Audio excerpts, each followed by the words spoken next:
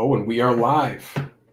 I thought we had the intro video. Yeah, that's what threw me off. I kind of like that. I need to Yeah, look at the settings here. I was. that one threw me off a little bit. I was like, wait a minute, what's going on? All right.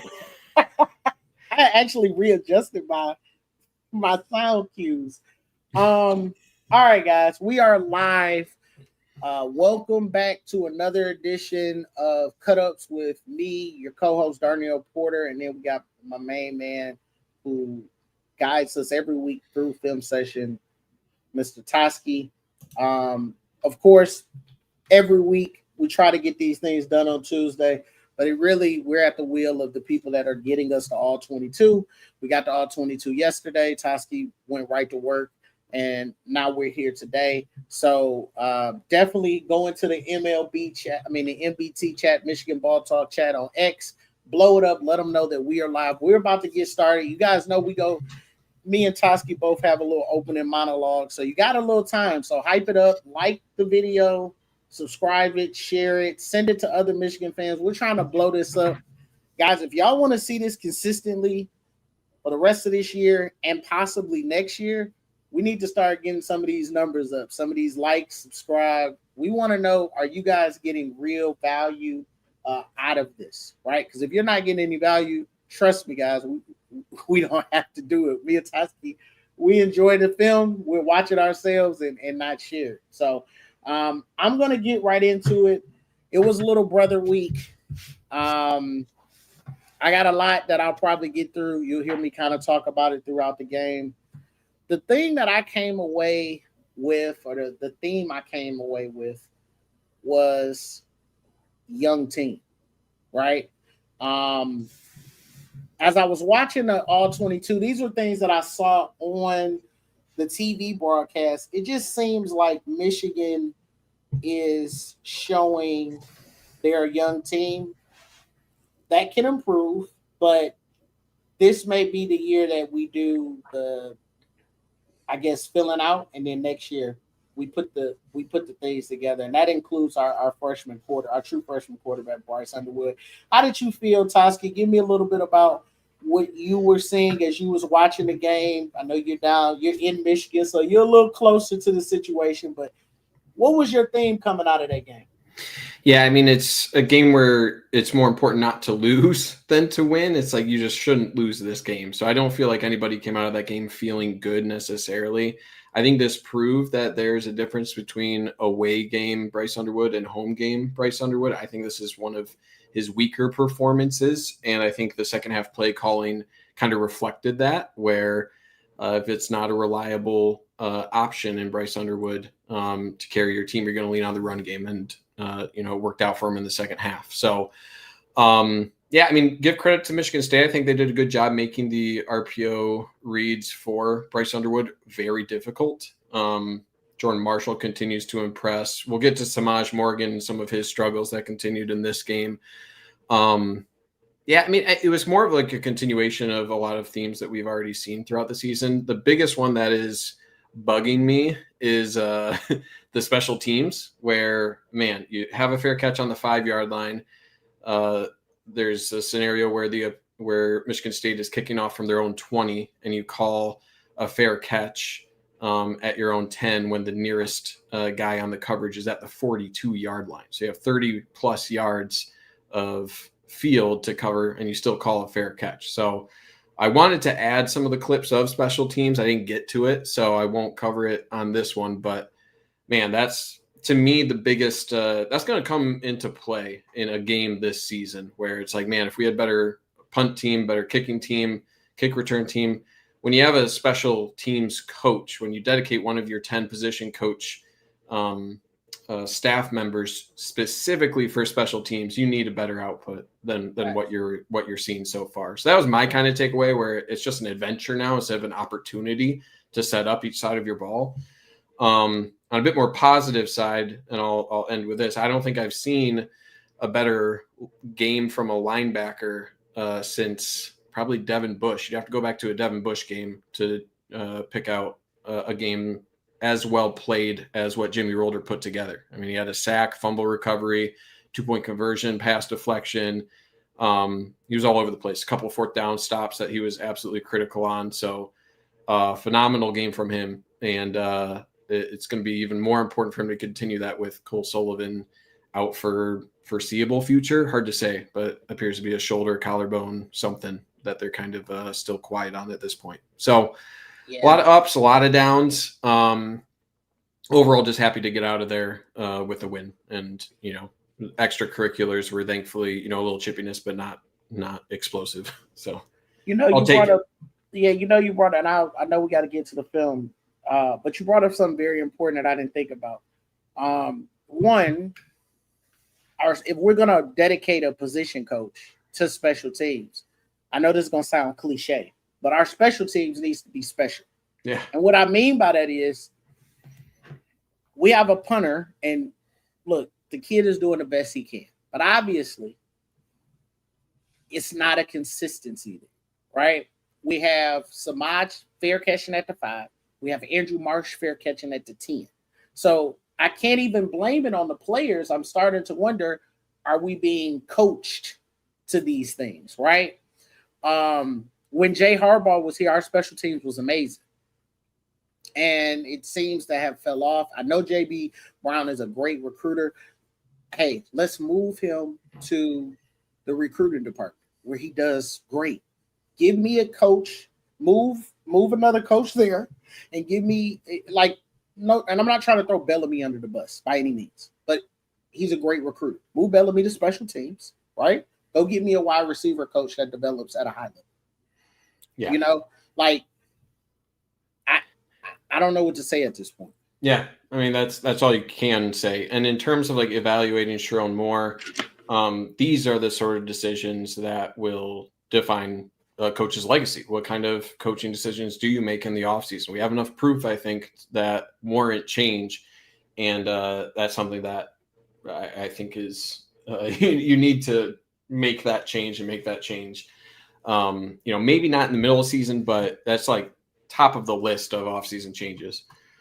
Okay. All right. Are you ready to hop into this film? Man, I'm always ready to hop in with you, man. You're very knowledgeable. Teach me the game. Let me see. I'm trying to see. Should we shift?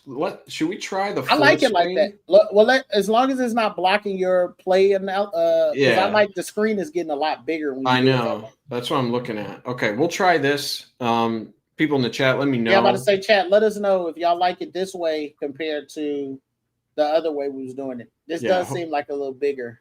Hopefully it won't cover up everything, but we'll see. And I apologize. This is how they show the scoreboard. It's just obviously a camera pointed at the big screen. So blame East Lansing for that. All right.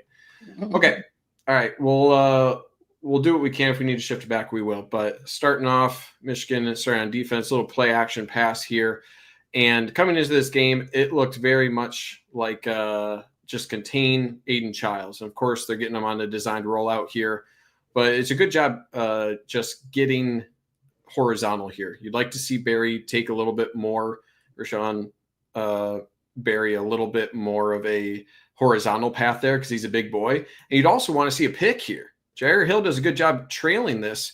The ball is thrown behind the wide receiver here. Jair Hill needs to come up with that. And he's got to lead the NCAA and dropped interceptions. I mean, that's a good stat to have, right? That means you're right there with the ball, but you want to come down with that if you're Jair Hill.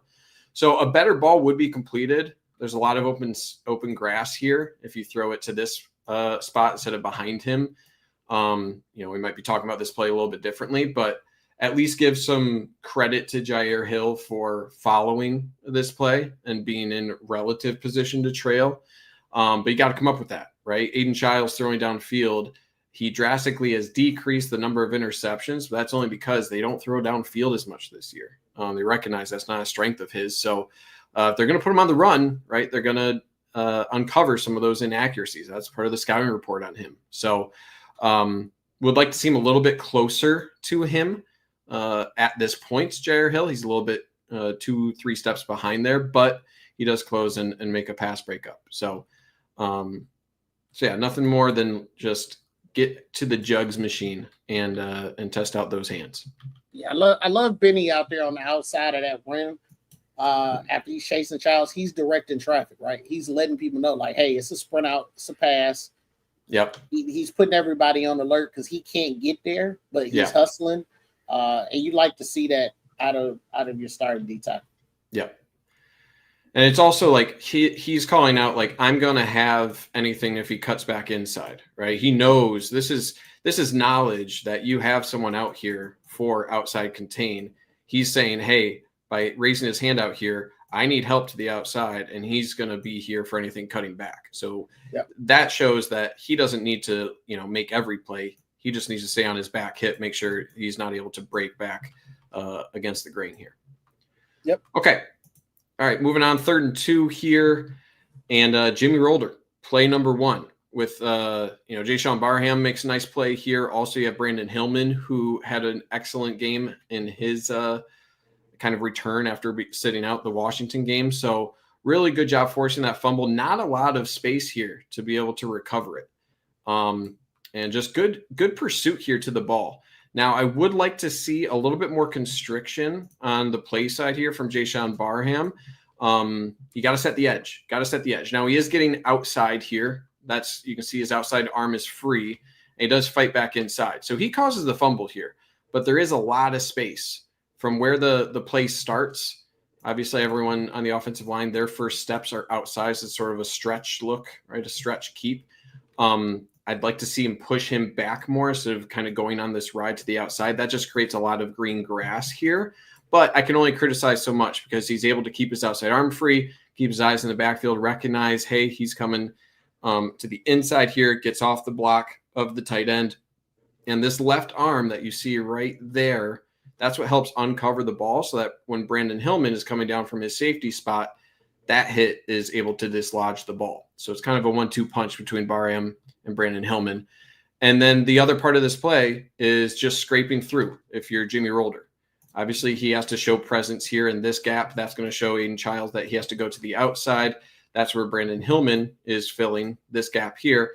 But then after he threatens this, he doesn't get too vertical. He stays where he needs to be, just shows presence here, and then he scrapes down the line of scrimmage across just behind the defensive line here in pursuit of the ball. So this play doesn't happen if he isn't pursuing that, if he doesn't show good technique, a good shuffle here, right? He doesn't overcommit to that hole, keeps on his shuffle, and then he gets on his horse and gets that ball just before it goes out of bounds. I have the other view here. I think it's the broadcast angle. Bear with me here while I find it. But I mentioned just not a lot of space here. And here, this is a better angle of, you can see that left hand of Jayshon Barham just gets kind of the bicep there of Aiden Childs. And then there's the hit from Brandon Hillman. That's what gets the ball dislodged. Then the final aspect of this, just really, really difficult to both get this ball. I don't know why it's so zoomed in. My apologies. Scale the frame size. There we go. That's better. So you can see control right here. That left knee goes down. That elbow comes down as well. He's able to secure that going out of bounds. Just really athletic play. That is knowing where you are on the field as well to go down and to get multiple body parts down at that moment. And it just completely shifts the momentum right away, right? A night game in East Lansing. Momentum is a thing in away games, and this kind of deflates the crowd right away. Doesn't let them get set. So all around, good job. Good job from Brandon Hillman coming up. Good job setting that tight end if you're Jayshon Barham, and great technique to scrape across at the linebacker level to get that recovery. Just really good play all around. Yeah, it's a great recovery too. I mean, I don't think people understand how difficult. I saw somebody in the chat said recovery next level. Yeah, that ball is bouncing around. You have to get control, right? And you're sliding out of bounds. You have to have control before you go out of bounds, or it's not a recovery. And so the fact that he was not only able to get the recovery before he wins out of bounds, but it's the stabilization of making sure he secured it before he goes out. Yeah, that's a hell of a play. David said, Stephen, you're quite critical. I'm a critical guy. I'll say that. I will be critical, but I'll also give a lot of praise when it's warranted. So that's fair. Whenever I'm doing this, I try to both be critical, but then also give a lot of praise when it's warranted. All right. Yep. That's the goal here. All right. 4th and 1 here for Michigan. They're driving after the turnover. I want to call this play out just because it's, this is a critical drive, and it's a good push. Obviously, there's not I don't think it's the strength of the offensive line in these 4th and short scenarios. So I think I've been critical of them in the past in these sort of scenarios of picking up like a 4th and short. They haven't been great at it. This is an excellent job, especially from your right tackle, Andrew Sprague. So let's look at his block. It's not an easy assignment here up front, mainly because if you're just drawing this up based on how it looks, it's like, okay, you're going to double here, and then maybe you're going to fall off to the linebacker, and then you're going to take this guy across. But watch what this defensive lineman does. He's going to reset here, and this linebacker is going to come flying down, and that is going to completely shift the assignment across these 3 offensive linemen. So let's watch this as slow as we can. You can see that defensive lineman duck inside that A gap, and then we're going to see a really good job from Jake Garnera, or I'm sorry, that's Giovanni El Hadi, your left guard, pick up number 10, that linebacker. Crippen does a really good job engaging with 88, the nose tackle, with Jake Garnera there before recognizing, hey, there's a defensive tackle on my left shoulder, shifts over to that and gets him washed out of the play. But the blocks that really make this play are twofold. I mentioned Andrew Sprague, so that's 54 right here. Just look at how much movement he's able to get on this defensive tackle. It's an excellent job. He displaces, I think that's Alex Van Sumeren, the former Michigan target. Yep. Ben Van Sumeren, the former fullback, is his brother. So really washing him down the line, and that creates the hole right there. That block is huge from 54. So that creates the first down right away. And then really great job from Marlon Klein. He doesn't have to do a bunch, but the main thing, I always feel like I always in the past have been frustrated by just not getting your hat inside. You don't need to be a world beater as a tight end here, but just get your helmet to the inside. That's all you need to do, because look at the only path that number 9 here has towards the ball is to shuck and go around. And that creates a crease, right? Just by being present on the inside there. See that shuck there from number 9? Guess what? That's all the time you need for Justice Haynes to go through that hole. So you don't need to be an all-world blocker. Your first step just has to be correct, and your hat just needs to be in the right place to force the defender to make that decision to shuck, or else it's going to be an automatic first down. So as soon as you see this, that's a first down. 1 yard, he's going to fall forward, and then he's able to push for an extra 3 or 4 yards. So this is the I know this defensive line for Michigan State isn't necessarily great, but this play shows both an ability to adjust on the fly with like that sort of defensive line re-gapping and the linebacker flying down real quick.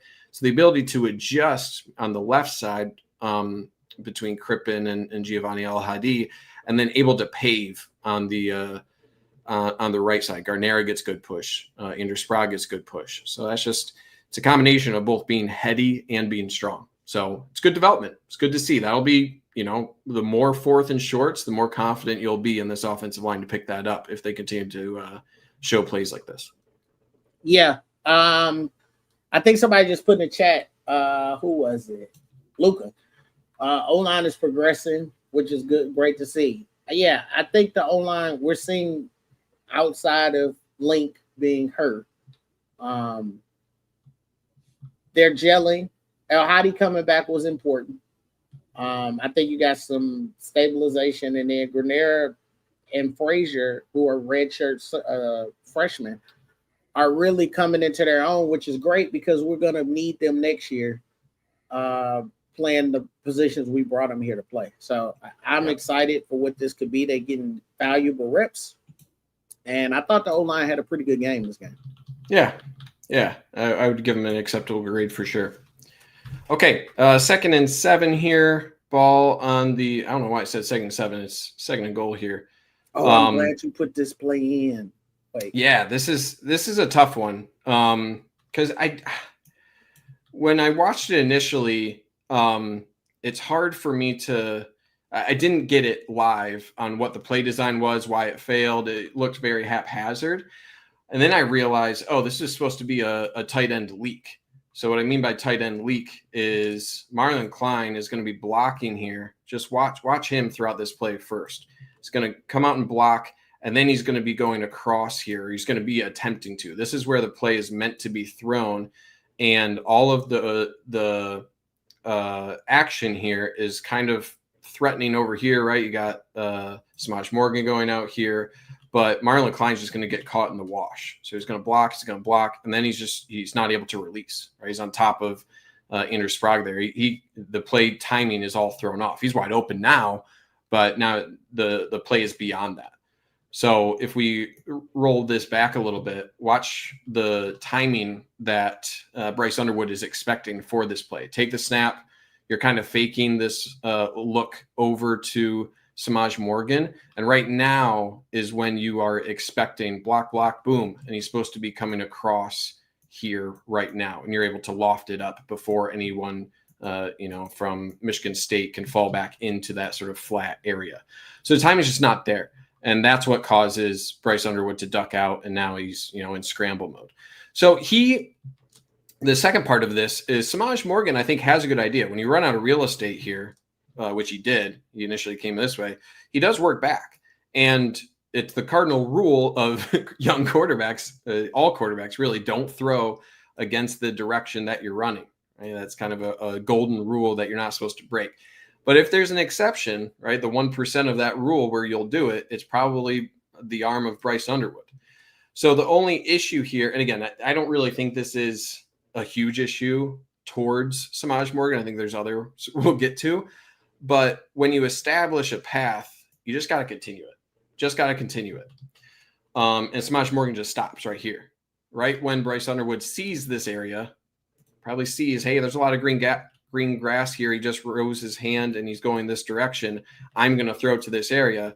And then Samaj Morgan stops, which I get. He doesn't want to go against the momentum of the quarterback here, but it's confusing, right? You're kind of improvising here and they're not on the same page. So I'm not going to put this completely against Samaj Morgan, but it's unfortunate because it probably would have been there if he would have continued on that path. If he continues running, he's probably going to catch a touchdown there. So it's a bummer. This is a play that was designed to go to Klein all the way, and then you're forced to just kind of improv it, and it didn't work out. So, and there's a lot of plays that we'll get to of this sort of flavor. So it's unfortunate, but sometimes that's what happens, right? Sometimes things just don't pan out as well. And I don't know what Klein could have done better. I give credit to number 9 here for staying engaged with Klein to where he doesn't have an option to release. So it's tough because you really want to be releasing towards the inside. You're hoping that number 9 will try to go around the outside on a pass rush, but he just stays on him. So I'm not really going to blame anyone except for sometimes the execution just doesn't work out. I think that's all it is. Okay, moving on to 3rd and 3. And I think this is another one where you had it if you just execute on time. That's the one I was thinking of. This is the one that Devin Gardner brought up. And you just got to you have to read or trust that you can throw to an open space before it gets open. So I think hesitancy is the theme that I had for Bryce Underwood watching this film. And what I mean by hesitancy is this is a tough picture. This is a tough picture right now, especially with an edge rusher. What I mean by tough picture is he's reading. It looks like he's reading right here around this area. But what you have to expect is this path and this body right here is going to be vacated from this area. So you have to trust that when I have pressure here, I'm not going to be able to throw a dart because guess what? He's not there yet.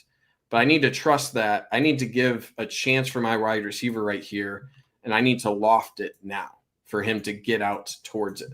So I think he just holds on to it a little bit too long so that now you can see this defensive back recognize his eyes. He's seen Davin McCulley come back into this area.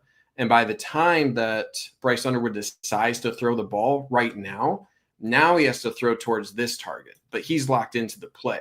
So instead of, this trajectory, if you throw the ball while Davin McCulley's right here and you throw it towards the back of the end zone, that's too far away for this defender to get back. And you allow enough time and loft on the ball for Davin McCulley to reroute to get there. But at this point, he's on his trajectory. You're out of time. And this guy has all the time in the world to drop back now because as you've continued to back up in the pocket, there's more time for the pass. There's more distance for the pass to actually try to get there. So it's a really tough read. This is a tall order for me to ask a true freshman to feeling this pressure to recognize this is the area I need to throw right now.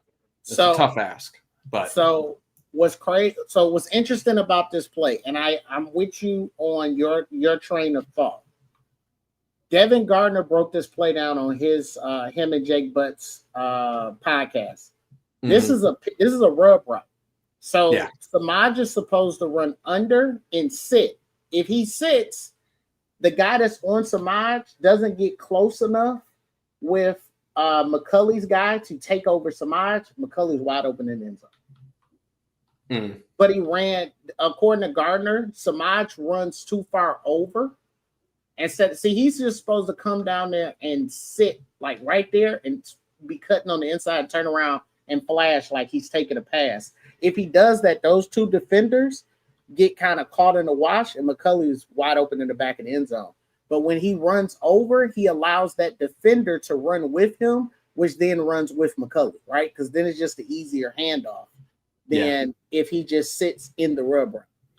Yeah. And I mean, the goal is to put any defenders here into the path of 88. Because Hogan Hansen, I think that's who this is. His job, he is just going to like essentially block right here. So you have to think, if you're Samaj Morgan, what path do I take in order for these two guys trailing to run into this guy? So him following closely behind isn't going to accomplish that rather than if he goes underneath. So that's probably the case here. But I still think if I'm Bryce Underwood, you have to trust that this guy, there's no shot he's going to be able to make a play on it just based on his alignment. And this guy's too far behind. So if you're reading this, regardless of how well Samaj Morgan does that, which I agree, it doesn't make sense to be trailing like that. But if the ball is thrown right now into this window, if he can step into this throw and deliver it right here, there's no one that's going to be able to make a play on that ball. So even though he may be more open if Samaj Morgan did a sit here and took out these defenders, this window right here is open. No one's defended that. There's no option there. So I think you're right. I think 100% two guys running the same route like this isn't, they're essentially shadowing each other, and that's never, you never want two receivers in the same area like that. So, but yeah, it's a tough ask again, especially with the blitz for Bryce Underwood to make that throw. But I do think it was there if he pulled the trigger and took that contact. Now, not to hold us up, but is it troubling that I've now watched us go through film? It seems like the last 3 weeks, and teams are blitzing Bryce off the edge, and nobody is adjusting either A, the blocking, or B, adjusting the play. Because they're not, a lot of teams don't hide that they're coming off the edge. Now this one was a little bit different, but I've seen, I don't know if you have that play clipped up, but I've seen defenders come in right next to the DN and blitz off the edge. And it's like, if you're not going to block it, if you're not going to set your line to block it, they're going to come unblocked every time. Yeah, it's kind of twofold where you need your center to be able to recognize the threats, and you need the running back in a position to scan inside out as well. So they are threatening. There's a lot of different areas the pressure could come from, right? And the actual pressure is on the outside. So it's something that that the running back is positioned well for it, but the offensive line has to recognize, okay, where are, like, I'll keep my eyes on someone, but then we need to have, the protection this way. And my eyes are obviously inside out, but I need to understand as the offense or as the running back what the slide protection is for the offensive line.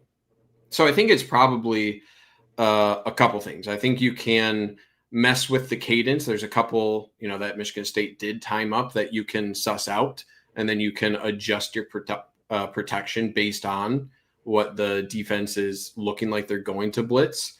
So it's kind of a combination of like the center should be calling that out, but then, there's also different things that the quarterback should call out, especially in communication with the running back that I'm not sure that you are that you're seeing. I think a later example will show that. So I think there's some concern because I don't think Michigan's running backs have been particularly great at pass protection either. Now, this play specifically, it's a little tough because you see number 5 here.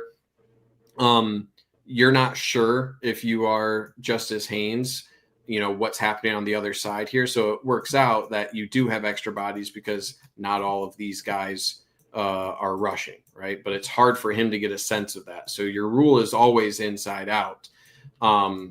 But as soon as he recognizes, hey, 53, I have some help here. Again, it's a tough ask because he kind of already committed to the inside here. So sometimes I think it's more of the other things of recognizing where the potential, based on alignment and different things pre-snap with cadence and different things that you can suss that out. So I think it is something to continue to watch because I don't think Michigan has been great at it. You can be better than what Michigan has been. Yeah. All right, 3rd and 8 here, back on defense. Michigan got a field goal on that last drive.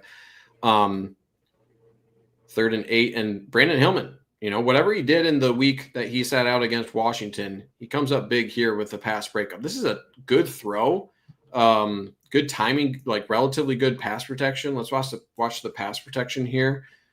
Pretty good job. I mean, Michigan is only rushing 4, but Brandon Hillman does a really good job identifying that, and I really like his footwork. So we'll get to the pass breakup here in a second, but just looking at this footwork out of Brandon Hillman on top of your screen, I just really like what I see. No wasted movement. Backpedal. As soon as he sees the cut, plant that left foot, and then he doesn't really need to readjust. The initial path that he's on here is the path to the ball, and I like his eyes as well, where as soon as he's on his path, you can see he's looking over now. Now he's identified the ball, and he can time out his the rake with that left hand right there. He can time that well because he looked over at the right time to identify exactly when the ball was coming. So it's a really good job. And this angle shows the pass breakup a little bit better. So the ball has to survive the ground, right? Ball has to survive the ground, whether you're inbounds, out of bounds. This is a really great job going down here, get that left hand and rip it away. Kind of reminds me a little bit of the Mike Sainristil breakup against, who was that, Cade Stover against OSU in the end zone. Kind of a similar deal there where it's like, oh, he has it. But then last second he comes through, focuses on the ball, gets that out. So excellent play. Really good job. And he was much more disciplined. So he has the athleticism. And this is excellent ball skills for a safety, especially. This is really hard to do. So that's a A+ play from him and gets Michigan's defense off the field here on 3rd down. Okay, moving on here. 1st and 10, Michigan gets the ball back in their own area. Little play action. Little out and up here out of Andrew Marsh. We'll show the end zone view. I'll get back to the wide view in a second here. Good play. Could have been touchdown. And that's I feel like that's always the theme. I feel like I've said that so many times this season where it's like, oh, that was an excellent play, huge chunk pickup. Really love the play design because you're bringing this guy across here. You're doing a little play action here. That's going to get all of the linebackers, all of these guys in. You keep your advantage of Bryce Underwood on the run, and you simplify his reads. You cut the field in half. There's nothing that he's reading outside of this side. So it makes it really easy for him to see the field, go through his progressions, gain some confidence. That's why I really like this play design in general. And then the routes are nice and easy as well. I think you run kind of a clear out. I think this is a post route. You run a little out and up or an out and wheel out of Marsh and then just into the flats here. And I think this play is designed all the way to go to Marsh, because this is essentially a clear out. You're trying to get these defensive backs out of there by taking him towards the center of the field. And then you're putting this guy in great conflict because you're sending a guy in motion across his face. He's already going to be coming out towards the flat because he's seen the sort of out route out of Marsh. And then when he's cutting up here, everything else has been vacated. These three guys are already taken through the other routes. So it's just a really good play design. Really like it. And in this scenario, it's a good read from Bryce Underwood. So he's turning his head. He's got a rusher coming towards him, but he recognizes he has what he wants. The eyes are here. He doesn't even recognize that Andrew Marsh is cutting up the sideline at all. These guys are taken. So you have a great opportunity here for a touchdown, right? As long as this guy doesn't get over on his horse, then a well-placed ball here and you're gone if you're Marsh. So the ball is just a little bit too high. You could make the argument here that maybe Marsh could come down with this without leaving landing a little bit easier to continue after the catch. But the ball was, a little bit high. So that's a tough catch. I think he's also late identifying where the ball is. Looks like he's looking for it. Only now does he recognize, I need to get my hands up quicker than I was expecting. And that kind of takes him more focused on the catch rather than, coming down on 2 feet and continuing afterwards. So overall, well executed. I'm not going to complain about a 20, 25-yard pickup like this, but could have been touchdown because there was nobody there to catch up with him after he made this catch. So again, take it from a 7 out of 10 to a 10 out of 10, and that's the next level for this offense. Yeah, he's a true freshman, so I expect this, but this is the art. If you go back to the wide angle, this is the art of, because I know people want to be hard on Marsh, right? But this is the art of throwing receivers open. Pause it.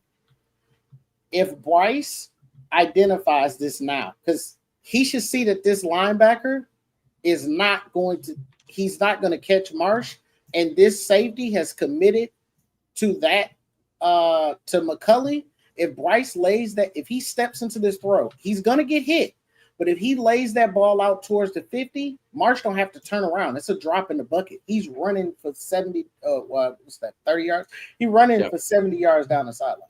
Because as you press play, you're going to see that safety don't even know. The one that's trailing the corner don't even know the ball is in the air, and the safety is taking McCulley. Yeah. So I just chalk it up as, 2 freshmen, like they said in the chat. But the next level is anticipating throws and throwing people open, because he has a McCulley throw on the other side of the field that I think he could have did the exact same thing. 100%. Yep.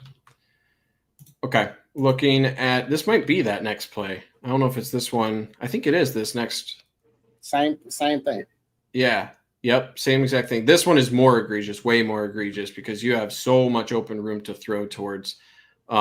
But nice little play action. I like just getting him kind of off platform a little bit, but what I mean by off platform, just roll him out a little bit. He can throw on the move. He can do that. And it just threatens the defense horizontally. It really threatens the legs of Bryce Underwood running. So the wide angle here, you get exactly what you want out of this by threatening this sort of, I think they might call it scissors. I'm not 100% sure, but inside release sort of fly route, but it's kind of like a skinny post. But 83, I think that's Nelly going on the outside here. This is going to take the safety. So safety's out here. You get man coverage, and there's no high safety. Like the only safety is following the tight end outside here. So there is just so much green grass for the ball to be thrown to Donovan McCulley here on the inside. So there is no reason for this ball to be thrown towards the sideline. You don't need to do that. And you can see that Donovan McCulley is expecting the ball towards the open field here. He has to reroute. I'll go a little bit slow, but you can see him creeping towards the hash, and then he recognizes where the ball is going, and he has to reroute vertically again. So if he throws it in the hash, it's a touchdown. I mean, you can But just you're lay it throwing up them anywhere. over. Yeah, you're just throwing them over. He's Yeah. already got them beat. So yeah, you throw it in that area, he's gonna run under it and he's gonna keep running. Right. And this guy is in such catch-up mode, he can't see the ball at all. Right. So Correct. if you throw the ball with a bunch of loft over here, and Dominic McCulley, his eyes, because he has won this route so easily, he's going to be able to see that where that ball is going. You have such an advantage to make a sharp cut towards the inside here that this guy is going to be dusted. You're going to create even more separation through that. So that's what you need from your quarterback to do, just straight up. I like how he sets his feet. Bryce Underwood does a good job setting his feet to throw this ball. I think he does a good job. I just think his target is off. And that's the next thing of Dominic McCulley. He's a veteran and he recognizes, hey, I got a lot of space to the inside here. He kind of tries to guide Bryce Underwood into throwing to this area. But Bryce Underwood, I think, is just trying to throw like the perfect pass, right? So that's ultimately the target that he's trying to hit. So it's a bummer. And it's, again, just not the type of throw. You don't need to throw a perfect throw on a line there. You just need to lay it out there. And thank you. 83 is Zach Marshall. I remember. I hate to use the language, but I like to be very honest with our viewers. I saw this throw live, and I remember texting in a group. It's me, Trevor, and a few others.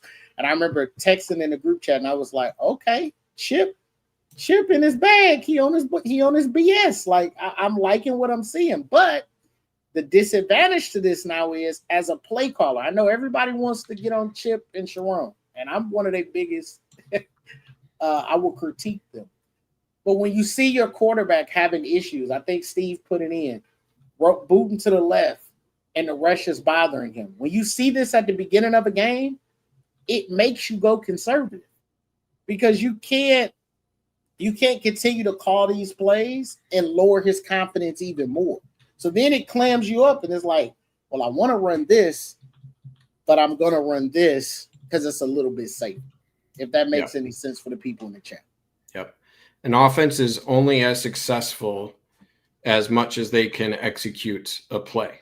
You can have the best play called up. If your offense can't execute it or isn't executing it on that day, guess what? You're going to choose a higher percentage of a play that has a higher percentage of executing successfully, even if that successful play only nets you 3 or 4 yards. This is 0 yards. So you could have the best play, but that's tough. It's tough. All right, 3rd and 8 here. Michigan is just past midfield. A little rollout here. And this one's tough because you're dropping a bunch if you're Michigan State. I think they covered this play relatively well. I didn't see anyone all that open except for Justice Haynes late leaking. I have the major problem I have with this is where the ball location on this. At this point, throwing it above the wide receiver is the worst place you can put it. Put it towards the sideline, and if anything, low. Because when you have 3 guys trailing here, right, in this sort of scramble scenario, the best case scenario is throwing it towards the sideline. Throw it to the only location that your wide receiver can get to, where none of these guys can. If you throw it high, there's 3 bodies here where if the ball gets tipped, tip drill, and there's three guys who could potentially come down with that. So throwing over Dominic McCulley is hard to do. He's a 6'5" leapy guy. So anyway, let's go back to like the actual play and see if there were any other options throughout this. I don't think so. Like if I pause right here, you have multiple crossing routes here. Looks like you have kind of like a deeper dig route or something, then a couple, deeper cross, shallow cross, little stop route. No one's open at this point. I don't think that Bryce Underwood needs to duck out. It looks like a relatively clean pocket right now. So I do think he just is feeling the pressure already where it's like, it's not there and I need to go. Now the stunt is coming through, so maybe that's a little bit disingenuous, but I think he also has to recognize, hey, I am going to have a running back leaking late. So I think he left like a little bit early.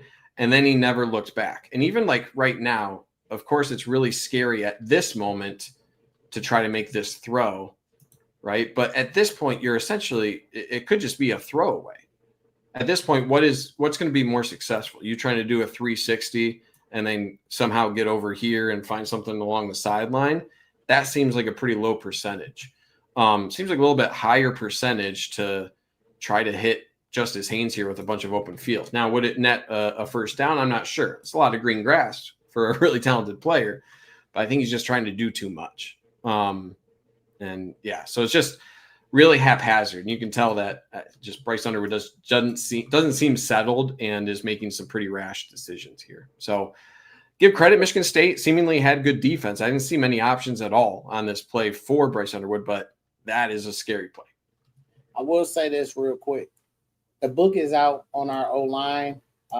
We struggle with stunts. We don't like to block games. We have a hard time identifying when they're coming, where they're coming, how they're coming. USC did it to us.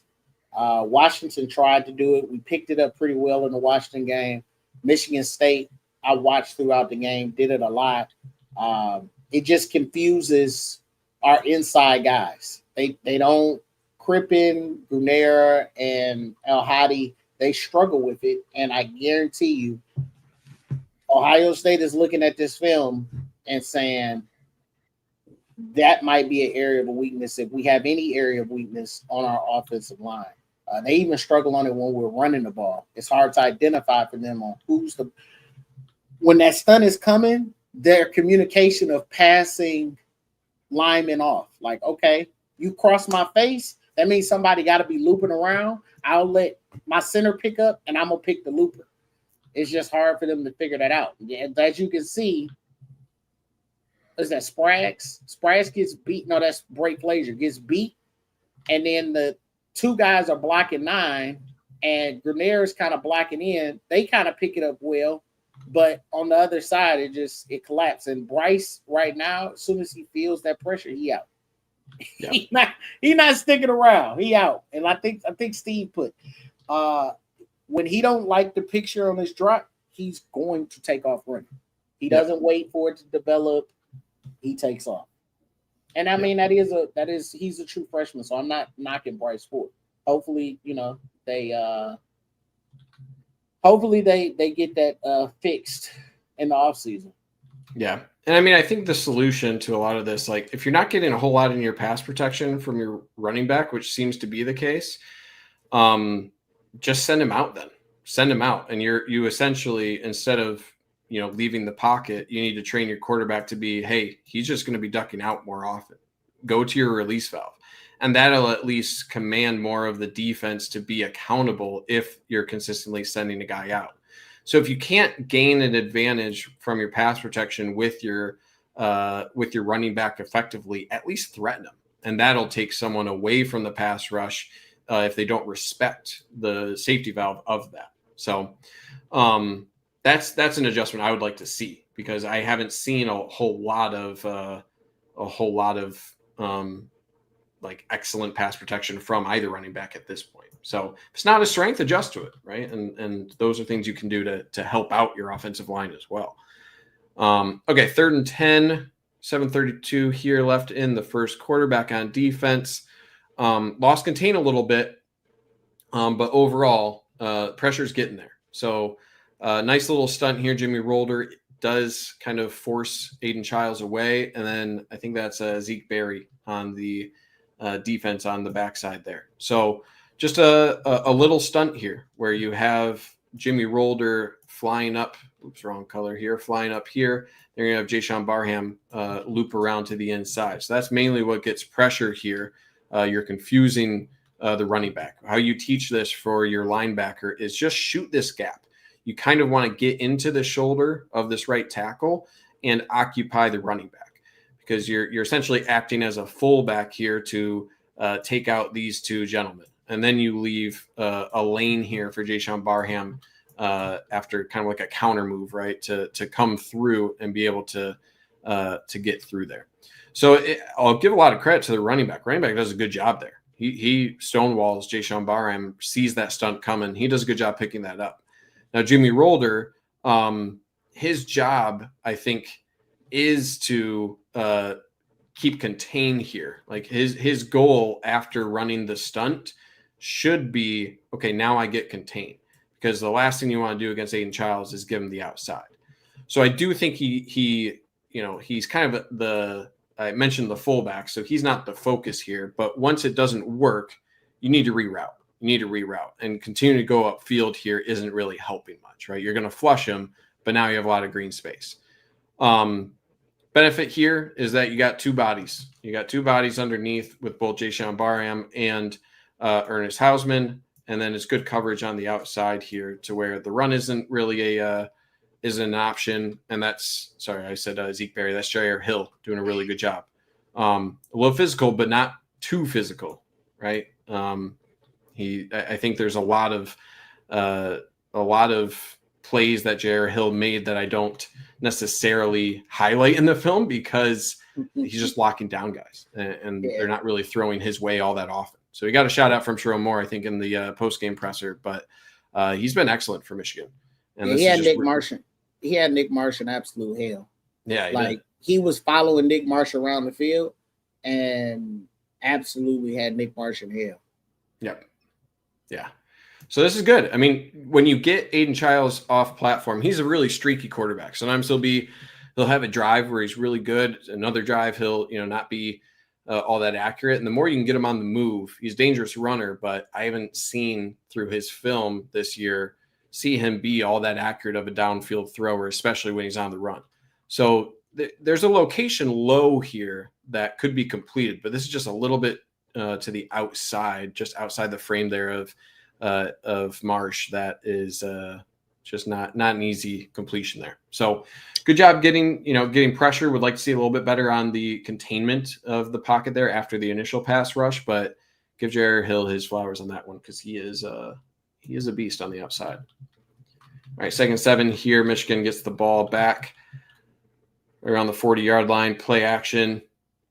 And I kind of just want to see this more, just because Dominic McCulley is such a beast on the outside. If you're not getting a whole lot going and it's single coverage, just throw it up to him. This is well defended all around. But when you have single coverage here, and you're throwing a jump ball, this angle doesn't show it, but the cornerback resorts to having a fistful of face mask here of Dominic McCulley. And that's a big no-no, right? That gets the flag out. So anyway, this is something that I just want to see them continue to do. Obviously, it's not like that high of percentage play, but you need to threaten that. This guy is a 6'5", talented wide receiver. When you get one-on-one, throw a catchable ball towards him, right? Just loft it up. More often than not, these cornerbacks in one-on-one coverage, they're going to be panicked because they see a big-bodied athletic guy, 6'5" wide receiver. That's tough to compete with on a jump ball. So I don't know what percentage of success this play is, but I have to imagine 40% of the time you're going to get a pass interference. Maybe that's a little high, but if you throw a catchable ball, I think 40% of the time is going to be a flag. And that doesn't include the maybe 20% that you completed or something. So I think there's a lot of opportunity to continue to do that, and especially in an offense that's outside of a couple plays here been struggling, and Bryce Underwood that's been struggling. Getting that 15 yards is big early on in this drive. Okay, moving on here. What do we got? 2nd and 3, ball just outside the red zone here. Little throwback screen, and man, Justice Haynes, I thought this play was dead. 3rd and short. Yeah. Justice Haynes just comes up with a play. He's a monster, sometimes a guy will just make a play. Just make a play. Because Michigan State had this pretty well diagnosed, and Justice Haynes just says, "I'm better," straight up. Just I'm a better player than you. Most of the running backs are going down. 100%. Yeah. If I freeze it right on this frame, you're like, oh well, that's a dead play. Yep. Nope. He just throws the Chris Berman. Just takes him out right there. Couple things on this. The timing is pretty, the timing is okay. I think it's just kind of sloppy from a blocking perspective. Like, I think you need to get on your horse if you are this wide receiver. I think it's Donovan McCulley. You need to get out here because the last thing you can do is get in the way of the lineman releasing out, right? The last thing you want to do is get in their path because this is the most important player to block.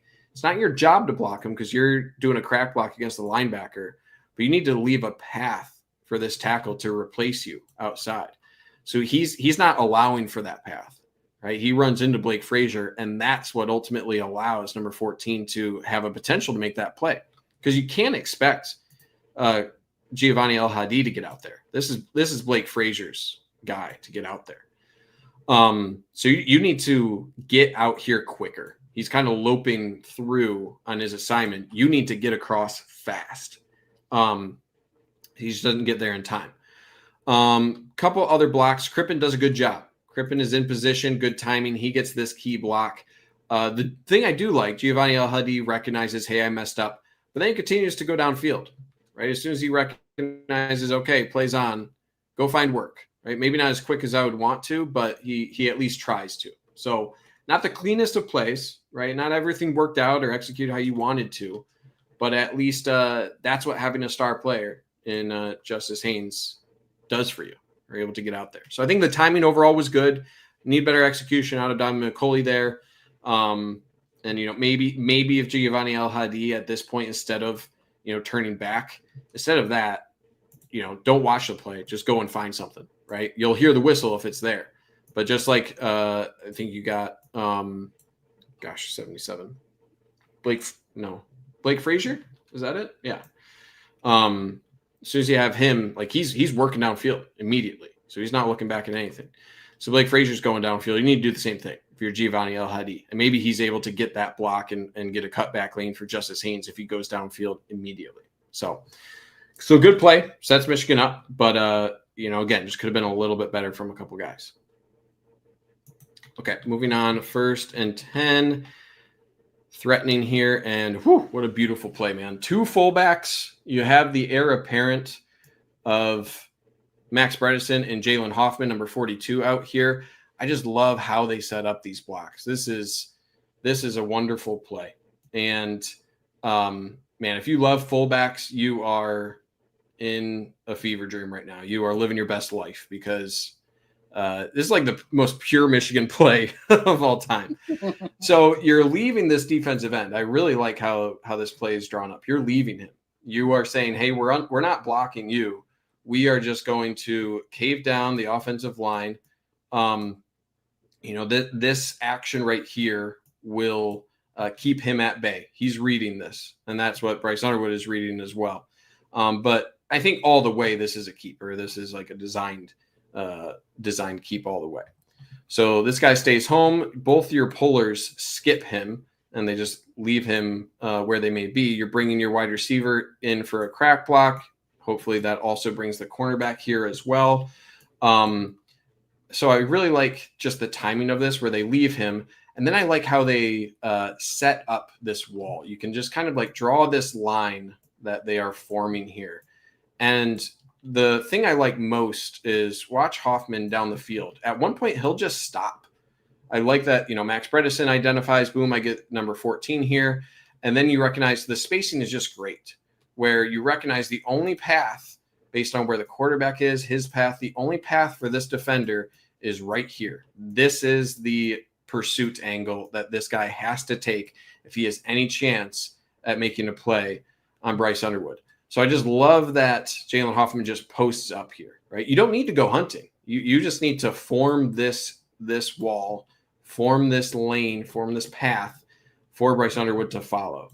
It's just really good job of just turning inward and picking up that block. That's exactly where you need to be to make that play. It's beautiful. It's beautiful. And that is such a good sign for Michigan's future because I have been staying awake at night wondering what the hell is Michigan going to do without Bredesen? And the answer is Jalen Hoffman, man. Michigan without like an excellent fullback is the scariest thing, man. I want to keep him around as much as possible. You had Khalid Hill. You had just a long line. I'm blanking on the other. Ben Mason was an exceptional fullback, and now you have Max Bredesen for a few years. Now you have Jalen Hoffman. So beautiful play. I'm hoping they can get him more involved. Get Jalen Hoffman more involved because it's really cool to have these sort of looks with multiple tight ends. And Jalen Hoffman, I think, brings a little bit more athleticism to the position, even though Max Bredesen is an exceptional fullback. So I want to continue to see him in these sort of sets to see what Michigan can draw up for him. But it's a thing of beauty right there, man. You don't get any more beautiful than that if you're a fullback connoisseur. I just could imagine you up late at night with like a board in your office. Like, what are we gonna do without Max Bredesen? Just cold sweats, just losing my mind. Yeah, but the poetry emotion. A lot of people have asked why haven't Bryce held a lot of his zone reads. Like you said, it's probably a keeper the whole time, but because we were running the ball so well, 41 went into conflict thinking that he was handing it off, and it just worked perfectly. So I'm happy that it's setting up for teams that have to respect both. Yeah. And I can't wait to see what this looks like you said, in a year from now. Yeah, absolutely. All right, we got Michigan State with the ball back starting early this drive.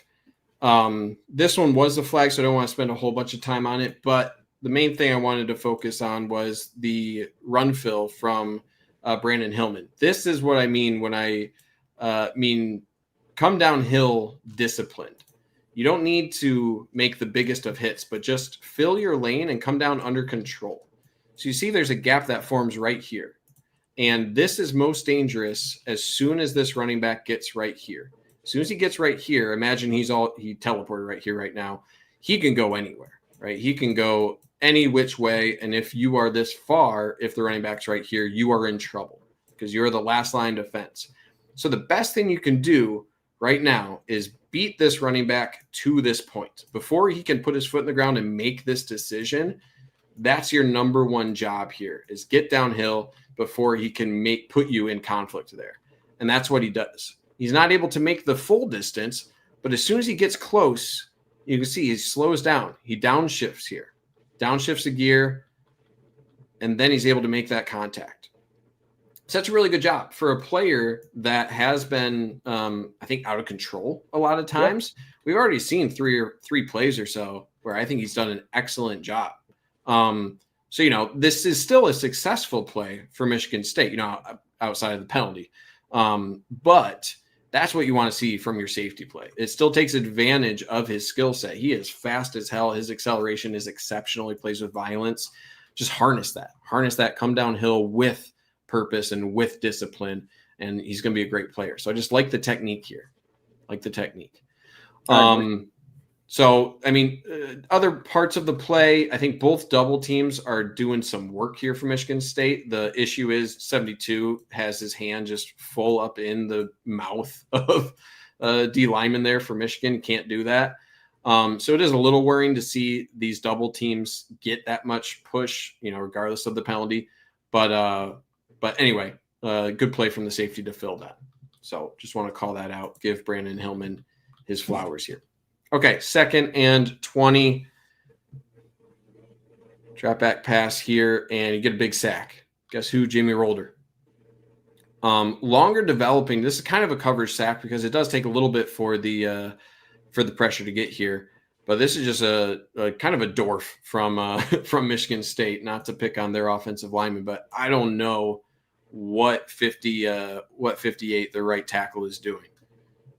So he's got a hand out for, I think it's Cam Brandt right here. So he's watching Cam Brandt. I think Michigan is sending someone off the edge. I'll need to fast forward here. It's got to be Jayshawn Barham. Or no, that's number 7. You got TJ Metcalf coming off the edge. Yeah. But the offensive lineman has really, I guess, no idea that you have your running back to help pick up that blitz on the outside. So they both end up going for TJ Metcalf. That's going to leave an open lane for Jimmy Rolder. But hey, you don't apologize for the opponent making mistakes. All right. You just you secure the tackle here. So Aiden Childs is a slippery guy. So going for his ankles here, getting a good wrap up. That's a win for any linebacker. So great job. And down the field, is there anything coming open? All of these routes are relatively longer developing. One really good thing to point out about this, watch what TJ Guy does. So he's dropping back into coverage. Watch him just absolutely shuck the hell. I think that's Andrew Marsh. Just boom, take him out. That's a great play. That's a great play. It's a legal play, right? You're allowed to chip like that. And this is the sort of advantage that you have of this sort of amoeba defense. If you're going to drop a guy back that's a defensive end, guess what? Your little chip here coming off of the defensive line, that's going to be both a surprise to the wide receiver, and you got a lot more oomph coming behind it. There's no way that wide receiver is expecting any sort of chip. So that unexpected contact, he's going to go flying. And you're allowed to do that within the first 3 or 5 yards of the line of scrimmage. So that's a legal play. And that sets, look at the eyes of Aiden Childs. He's looking over and he's seeing his guy hands on knees. What's your Nah, this ain't hands on your knees. This feet in the air. That's a he slip on the and back, slide. feet in the air. He's flying. He got thrown out the club. He's taking flight. So this is good coverage. College days, black bouncer throw you out the club, hands and feet in the air. He got bouncered. He was getting too rowdy at the club. That's what was going on. Butt on ground. That's a good one, Chuck. Yeah. In the comments. Yeah, butt on ground. So yeah, that's and this is the main reason I'm asking, where it's like, man, we need to see more TJ Guy, because that's how you do it. He's still getting back into his zone, right? He covers the flat here as well. So he's doing his job. He's doing his job. And yes, I will replay this 12 times because that's just hilarious. So and that was a horrible, even if you want to say the running back is reading inside out, right?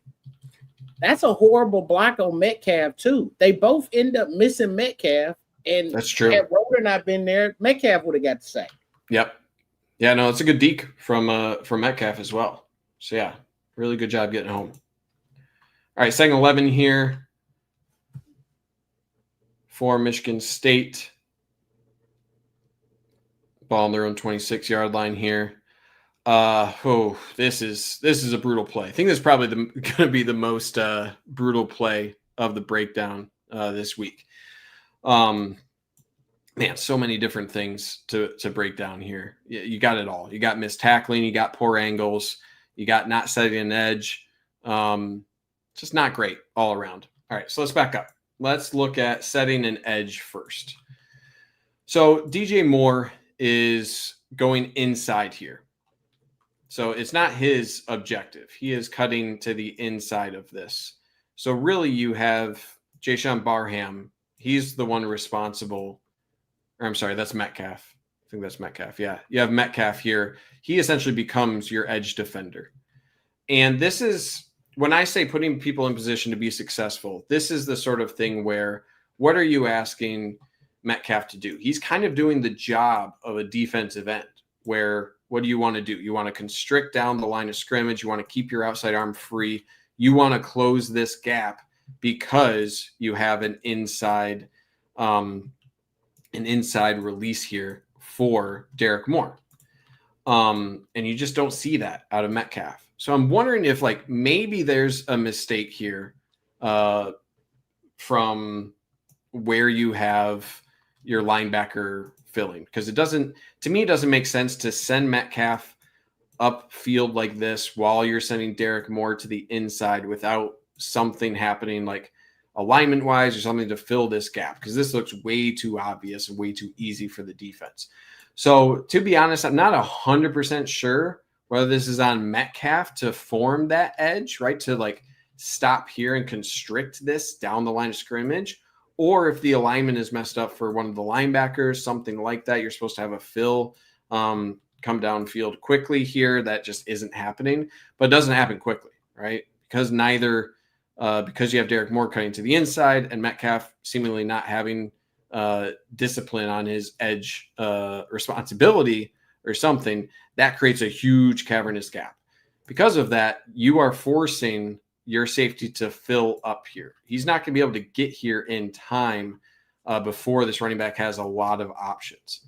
And then you have this lineman able to get out here to pick up the linebacker. So at this point, it's really tough. I can't really blame. I think that's Jaden Mangum coming downfield here, because if he's not here, right, if he's not filling this gap, then he's going to cut up here and probably go for 6, right? So I understand his play, not against him really. But then, so that's like the first step. It seems like the play, like maybe this was a stunt on a pass rush or something, but something's off in terms of how this is being played on the play side, where this goes on the defensive line. The next step here, and again, it's tough because of how open the field is for the running back, but you got to make this tackle. It looks like, let's give him a lot of credit, but Brandon Hillman seems like he's going for a strip here with that right arm. At this point, this isn't the time to go for a strip. This is a time to do damage control. Michigan State won the play at this point. Now your whole job is, let's limit this at a 10-yard gain or 15-yard gain, something, and live to see another down. So this miss right here of, going for the strip instead of the secure tackle, that's miss number 1. And then miss number 2 is Berry on the outside. Can't have that from Zeke Berry. He needs to do a better job attacking this as well. So that's brutal, man. That you can't have that many missed tackles on top of what seems like already misplay from your defensive line. So there's a lot of things going wrong in combination on this play. Works out really poorly. So just got to make that tackle. Don't go for the strip here. Make the tackle and keep your eyes up. I think Zeke Berry is putting his head down too much here, and he's not focusing. If you have someone to the inside of you here and you see this, your goal should be attack the outside hip, attack right here of the player, because that's where his momentum's going. That's where everything is going here. So he just misjudges that. And then beyond that, Aiden Childs does get blown the heck up. Maybe lucky that it's, not targeting, but he's running downfield as a blocker, right? So you're kind of, I think you've kind of established yourself as a target here and just absolutely blows him up. So you can't really blame him for that. So anyway, probably one of the most successful plays for Michigan State, at least outside of garbage time. And a lot of things to clean up there, but tackling, man, that's number 1 thing.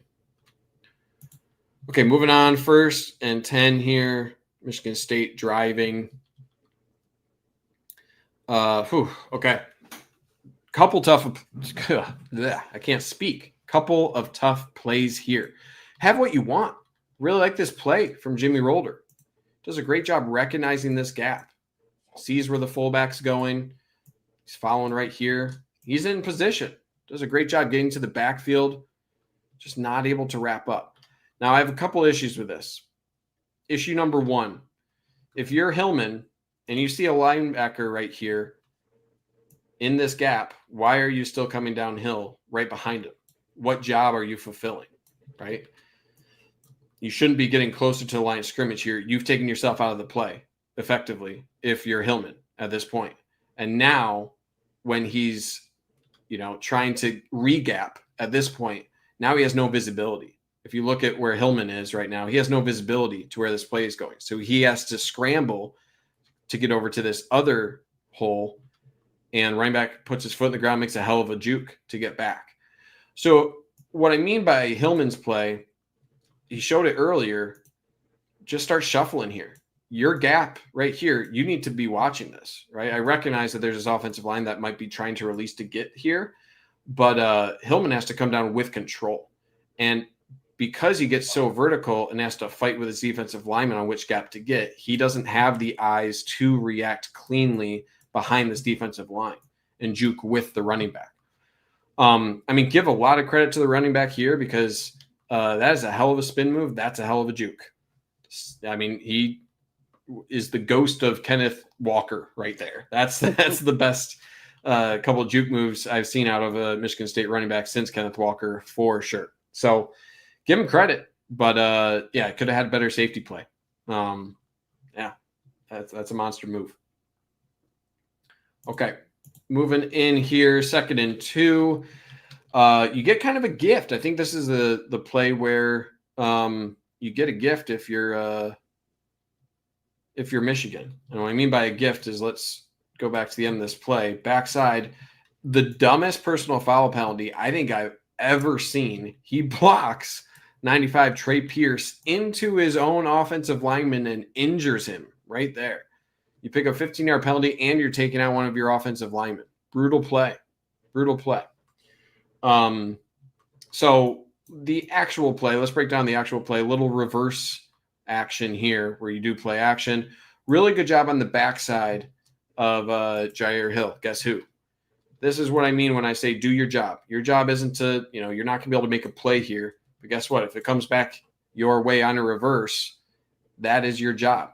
Now, I would like to see him make the tackle at the 5 here instead of spin him around and get him down to the 2 still, right? Again, I'm nitpicking because he did his job. But, yeah, boneheaded play from Michigan State to pick up that penalty. What are you doing? I don't know why Aiden Childs is catching that flag either, but it's weird. So yeah, I mean, that's a really good job from Jair Hill backside. He's a player. And this play, looking at it, if you pause right at the reverse point, if you pause right here, it's like, man, I like their chances. But Jair Hill does a really good job limiting this play.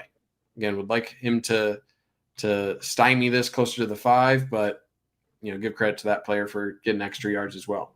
But anyway, you should be good at this point, right? We'll get to it. But before I get to that, good job from Jair Hill. So before I just want to show you something real quick. Yeah. This is the reason why this is the reason why he was upset. I'm about to tell you when to pause it. Sure. Right, nope, go back a little bit more. Look at what 90, a little bit more. The reason why he pushed him, look, his feet are going to be up in the air. 99 absolutely destroys that kid. Back it up a little bit more. Right there.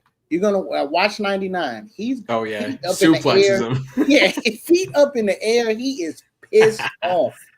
You're right. And 99 a big dude, so I know that weight on him probably pissed him off because he's wearing a single-digit number. So he got to be a tight end or something. So he's trying to get back, and then he injured his 95. My fault. Yeah, it's a running back. Okay, so yes, Nate Frazier. Oh, well, not Nate Frazier, but it's Frazier. Yeah, yep. WWE style. Yep. Yeah. Yep. Second guy always gets flagged, right? I mean, you can make the argument if you're Trey Pierce of, I thought he had the ball, right? And hey, if you're on the interior, right, and you're running a reverse and you get a chance to tackle the running back, punish him, do it, right? Like you're out of the play at this point. So hey, but yeah, second guy always gets flagged. So now it's 2nd and 17. Now the refs I think were awful in this game. I think Michigan got a couple plays, especially a couple like defensive holding or pass interference that they could have been called on that they weren't. So. But this is one that I think is just a bogus flag. And I have another angle of this that I'll show. This is pretty good coverage. He's on him, and the wide receiver just decides to fall over, and the refs oblige him with the flag. I think it's a BS call because is the hand there? Yes. But now it's 50-50, right? 50-50. He's looking for the ball. Is he in his body a little bit? Yes. But McCray just decides to fall here. If anything, maybe their feet get tangled up, but they're 50-50 here. And it's not like the ball is like right here. It's not even really close. So to me, this looks like McCray just decided, hey, I'm just going to go down. Drag him with me, boom, and they get the flag. So, I don't really take this as, you're being too physical, whatever. Like, yeah, maybe your body shouldn't be that much into the wide receiver. So I get that it's called, but I think this is more of a wide receiver selling the call more than like a misplay from Metcalf there. So I get it. It's going to get called, 90 out of 100 times probably. So it is what it is. But you had the play covered, right? It was good coverage, just maybe a little bit more physical, and the wide receiver did a good job selling it. So live to see another down, but that's a killer, right? Right after a personal foul. Now they got first and goal on the 2-yard line. They would punch it in on 3rd down on a QB sneak. But okay, Michigan gets the ball back here. and try to speed up a little bit here. Little play action pass. And this is one, again, I think the word of the day, word of the analysis is hesitancy, because I think you had an option here. I think you had right now, you got to throw it to McCauley. You had an option. So, I'm not like completely upset with Bryce Underwood on taking this. I don't think he had a lot of clean options for this play. I think it's relatively well defended. But right now, you can throw this ball. There's a window right here for Dalvin McCauley. And again, if you're not super confident on it, throw it low. Take him to the ground. And worst case, it'll be, off the turf, something like that, or off the grass, because we're in East Lansing. So I just think Bryce Underwood is a little bit too conservative, which is crazy to say for a true freshman. But in this case, throw your guy, give him a chance. Give him a chance. So I think just a missed opportunity. But again, I like the play design. They're trying to make things simple. Again, they're cutting the field in half. These are your reads. Make it very easy on you. So, you could also make an argument, throw it here. That might be a hospital ball with this guy coming downfield quickly. So I think he was right to just string it out, but he needs to have eyes here. This is where the eyes need to be. And he had a chance. Just wasn't able to hit him. And that's even more of a killer because Dalvin McCauley was across the sticks, right? And the next play here, we'll get to it. It says 2nd and 7. This is 3rd and 1. So this is the next play. 3rd and 1, and the snap is just completely over his head. Now, Crippen, I can't. I think there was one other snap earlier. I forget which game it was. That was at like the shoelaces of Bryce Underwood. But outside of like a couple snaps, it hasn't been a consistent issue. So these are more anomalies, but that is a terrifying play, right? And that kills your drive. That's 3rd and 1. Looks like they're probably going to do like a QB power. At least that's what it looks like based off of, maybe it was a fake here, but I'm guessing it's either just straight up for Justice Haynes or Bryce Underwood's supposed to follow QB power or something. So it's tough, man. It's tough. That's a drive killer right after Michigan State scored. Good job for Bryce Underwood hopping back on top of it, but that is not how you get momentum back on your side after the opponent scores. All right, moving into Michigan State, getting the ball back. We're approaching midpoint of the second quarter. This is how you defend the run. Just good, disciplined defense. Good job all around from multiple players. Now, a couple things I do want to see a little bit more of. If you're Trey Bowles, you need to fly down into this gap. This is your responsibility. This guy's getting doubled here. He's going to have a hard time working through it. Trust that you have backside linebackers as well. Get to your gap and get to your gap quickly. Derek Moore makes this play, though. Watch Derek Moore on the outside. This is how you play it. You threaten inside here. You threaten inside, and that's this little threat right here.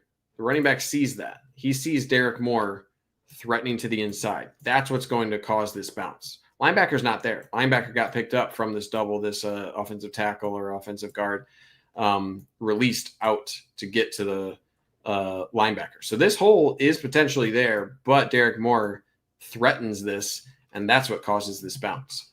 So now he's going to bounce outside, and guess what? Derek Moore didn't actually commit to the inside. So Derek Moore's a beast. I was about to say that like Jair Hill, Cole Sullivan, Ernest Hausman, Jimmy Rolder, those are your stars, but Derek Moore, I think, is consistently grading out as one of the best defenders for Michigan. So good job from him, and give a lot of credit to big number 44, Damon Payne. He's able to work through that double, get off it, and he's able to get an assisted tackle as well. So yeah, it's essentially what you said, Steve. More essentially two gaps there. He's able to dissuade the running back from taking what was an open hole and then get back to his responsibility on the outside. That's excellent play, and that's why he's going to be, probably a top 3 round draft pick in the draft. Okay, third and 4 here. This one, I wanted to include this so that you guys didn't call me biased, all right? Now, is this pass interference? The ball is behind him, all right? So, like, where the momentum is taking the wide receiver, I don't think the wide receiver had any chance at catching this anyway. but it's in the vicinity where you usually don't call something like that uncatchable. Now, I also think, to Zeke Berry's advantage here, he is working his hand through the wide receiver towards the ball. So if the ball is thrown here, like let's pretend that the ball is thrown on target, he gets there a beat early, right? Like right here, he gets there, but it's a bang, bang play. And it's not like he's raking through the arms here. He's reaching towards the ball. So is it a beat early? Sure. If the ball's actually thrown on target, I'm not sure if it gets called. It almost looks worse because the ball is thrown behind the wide receiver there.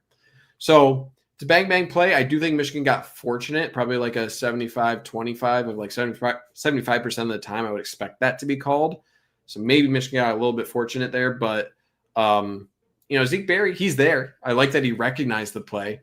Just maybe delay that an extra second because, like, I don't know. I feel like there's going to be a game where that happens again and it will get flagged. So, well, I'm going to just be the anti, since you being not biased. Yes.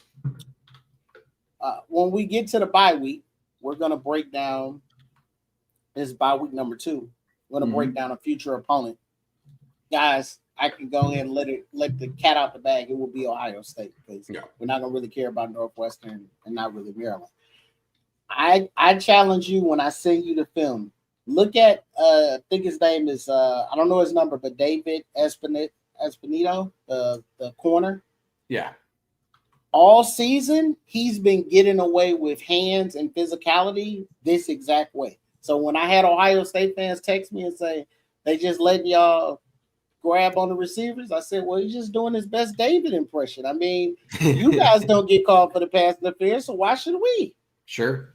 Yeah. I mean, hey, if they're not calling offensive holding against the various pass rushes that Michigan had, right? If things are being called, it's like a pitcher in baseball, right? If they're calling inside strikes all game, what are you going to do if you're a pitcher? You adjust to the zone. You adjust to how the officials are going to call things. So it's ultimately their determination on what's called and what isn't. So yeah, that'll be interesting to break down how this compares to across the league and across different teams' play styles. All right, 2nd and 10 here. Michigan gets the ball back here in their own zone. Let me see. What was I looking at for this play? Yeah, I think this is one where I was wondering why you didn't keep if you're Bryce Underwood. The numbers to me didn't really make sense. Where it seems like it's an RPO, and an RPO for numbers in the box here. If you take him out, let's see, you got 1 defender, 2, 3, 4, 5, 6, and this is kind of like maybe a 7. For blocking, you have 1, 2, 3, 4, 5, 6. So technically you have, 6 on 6, but this is kind of a 7th player here as well. So you're essentially trying to, gain an advantage based on his action or what he's threatening here. But I think it just the blocking wasn't great. You're not able to get off to the second level here between this double team. Just have a lot of guys play side that shut down this play. So there's not really a good lane here for Marshall. I think maybe if he was a little bit more patient, maybe he could have cut up here off the butt of Crippen. It looks like maybe that's a lane that could have formed because these linebackers were committing pretty quickly. Let me go back to the wide view and see if there was any option on sort of the keep here. And I think there potentially could have been. Now, you would have had both these guys to potentially play with, right? This defensive end and this linebacker. If you keep here, right, conceivably you have this guy guarding Samaj Morgan, and then you got coverage on the outside. So you're ultimately making the call, can Bryce Underwood beat the defensive end? I think that's a yes. Will this guy react quick enough to be able to beat Bryce Underwood out here on a keep? So anyway, I think this is maybe a little bit more patience. I can see why the give was taken here based on that defensive end kind of staying home Like he kind of took himself out of the run fit here. But yeah, it just didn't seem like this play was very destined for success. I think the alignment of Michigan State really helped him out here. And unless you're a really patient runner looking for this cutback lane off the center right here, it doesn't seem like there was anything going for him. But just think about if he holds that ball and sprints out, yeah, the linebacker may read and react and come up. So you got 2 up on him. But if you go to the wide view, what you'll see is, I don't know if that's McCulley or Marsh. They flash open. So he would have flashed open in his window, right? Because the runner, Samaj is taking the guy in the flex. Mm-hmm. That safety is too far back to catch that window that's gonna flash open. Now, of course, if it was a fifth, we'd all be drunk. But I think if he holds that and sprints out, even if those 2 guys come out, that receiver is coming open. Yeah, it's a good point. Yeah, I think you're right. I think there's enough here in terms of the alignment of the defense that I think you have to recognize that if you're Bryce Underwood, of how far off this guy is, his responsibility on Samaj Morgan going to the flat, that this window will be open if you sprint out. So, and if he's not open, then you go to Samaj in the flat. Take your pick. What are you gonna do? Are you gonna play your zone? What's that, number 20? Are you gonna play the zone? I'll throw it to Samaj. Right. That's the player in conflict. Yeah. So I do think, like, I don't think it's an easy read. Like, I think they made the reads for Bryce Underwood really hard. Like, I think it's really challenging. I think they did a good job doing that. And this is really only the first game I've seen that. So maybe this was an outlier, right? Because Bryce Underwood hasn't made mistakes in terms of when to give, when to keep all that often this season at all. I think he's been pretty damn good at it. So maybe it's an aberration, but something to watch moving forward for sure. I think Sam Webb and Denard said Chip caught 16 RPOs in this game, and Bryce only threw on 2 of them. Yeah, that sounds about right. All right, 3rd and 9 here. And this is something that the timing is all thrown off on this play. And when we were talking earlier about, how can you help out your offensive line, your protection, things like that. I forget which team it was that Michigan played earlier this year that did a really good job of it. You can play certain games through motion. So this guy is timing up his blitz because he's seeing this little motion here out of Justice Haynes. If you do this little motion and then you clap, you're going to get this guy to jump off sides, right? If you do a hard count and you just reset, right? I think those are things that Michigan should be prepping for, because if you do this clap right here while this guy's in motion, I feel like you're going to get people to bite, because it's very often that you see when a guy in motion, then you have a hard clap, then he's going to run out and do his play, right? But by doing this, you're setting up any potential blitz. You're letting them time up the snap really, really, really well. So all you need to do is threaten that once or twice, and then, do like the hard count. And then the defense will be like, oh, I can't be coming all gun ho, or else I'm going to jump off sides and give them a free play. So I think, because I haven't seen Michigan do a hard count like that, in this sort of fashion, you're setting yourself up for failure. Because that defensive back is able to come full speed ahead and really speed up this play. So Bryce Underwood is forced to get this out to Justice Haynes, I think, just a little bit early. But then the pass rush, it's like a really complex stunt here for Michigan State. You're doing like a 3-man weave sort of thing. It's just a mess. But that kind of helps them out because this blitz is so quick. You're doing a bunch of different stunts here. They're not upfield. They're not getting upfield because of how complex things are here. So because they're not getting upfield and this guy's dropping back, you're able to retrace the offensive line much easier. The worst case scenario is if you go rushing upfield as defensive line. They're not doing that because of this complex stunt.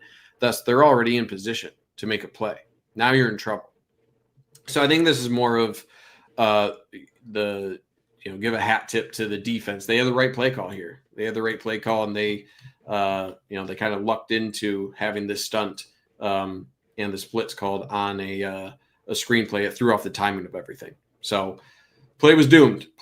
But there's opportunity to have the offensive line and have these sort of motions buy you free plays through a hard count, things like that. So I'm hoping that'll come. And I wonder, is it because he's younger that they're not putting this on his plate? To me, what should have been done is, if you go back out to the wide view, give me a sec. As soon as Bryce sees that guy trying to time that blitz, you're exactly right. A fake clap would have made him maybe come, and even if he don't come, now he's coming. You hot route that guy. Was that Marshall? Is that Zach Marshall up there at the tight end? So if I'm Bryce and I know he's coming, what do we know the number one rule is on a blitz?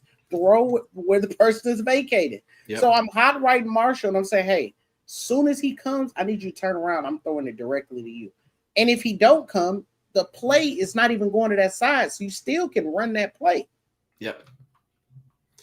Yeah. So it's tough. It's tough because I have a hunch they're banking this, right? They're putting in these motions. They have this, and they're banking this sort of experience of saying okay, we're gonna get teams with this in the future. Maybe they're holding that for Ohio State. I don't think teams do that as much, but I have enough faith in the offensive coordinator and the staff to be able to recognize that and to ensure that they can deploy these sort of wrinkles to buy themselves a free play in the future and just make things easier. So I do think there's an aspect of it of you do have a young offensive line, you do have a young quarterback, you're putting a lot on his plate to be able to communicate that.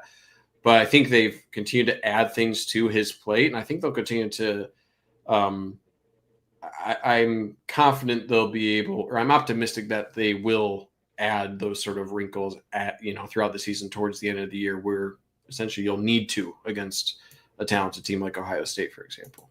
Yeah, Steve, I'm not sure maybe they don't. Maybe that's the principle in their offense, that they don't have a hot route.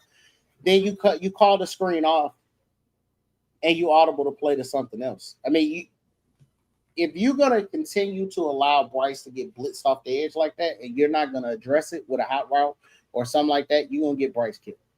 That's how that fumble happened down the line. Go ahead, my fault. No, you're all good. All right, 3rd and 9 here, approaching halftime.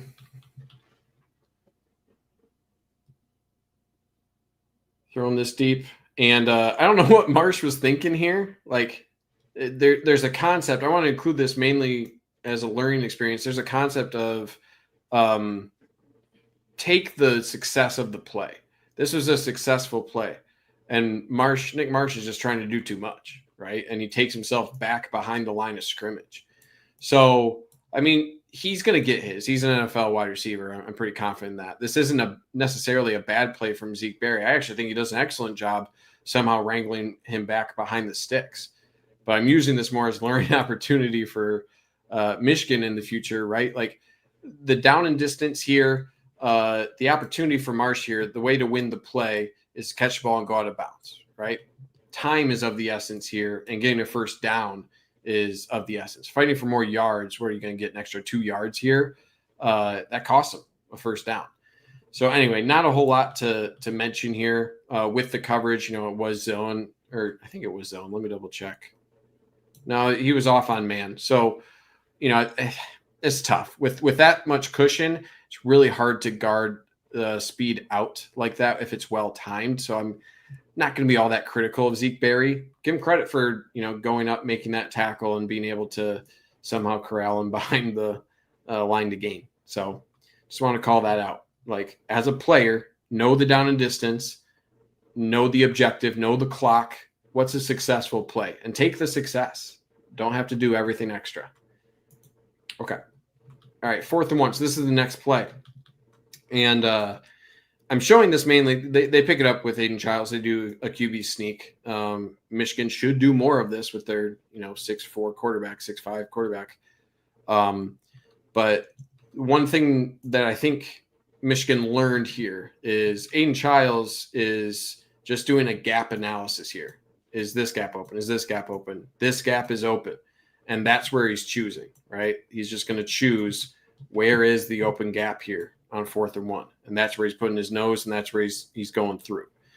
So they get it this time, but there'll be a later play, obviously, where this will be relevant. So just wanted to call that out because Michigan learned from it, right? And Jimmy Rolder learned from that as well. Okay, 3rd and 4. Michigan State still driving here, 52 seconds, right at about midfield.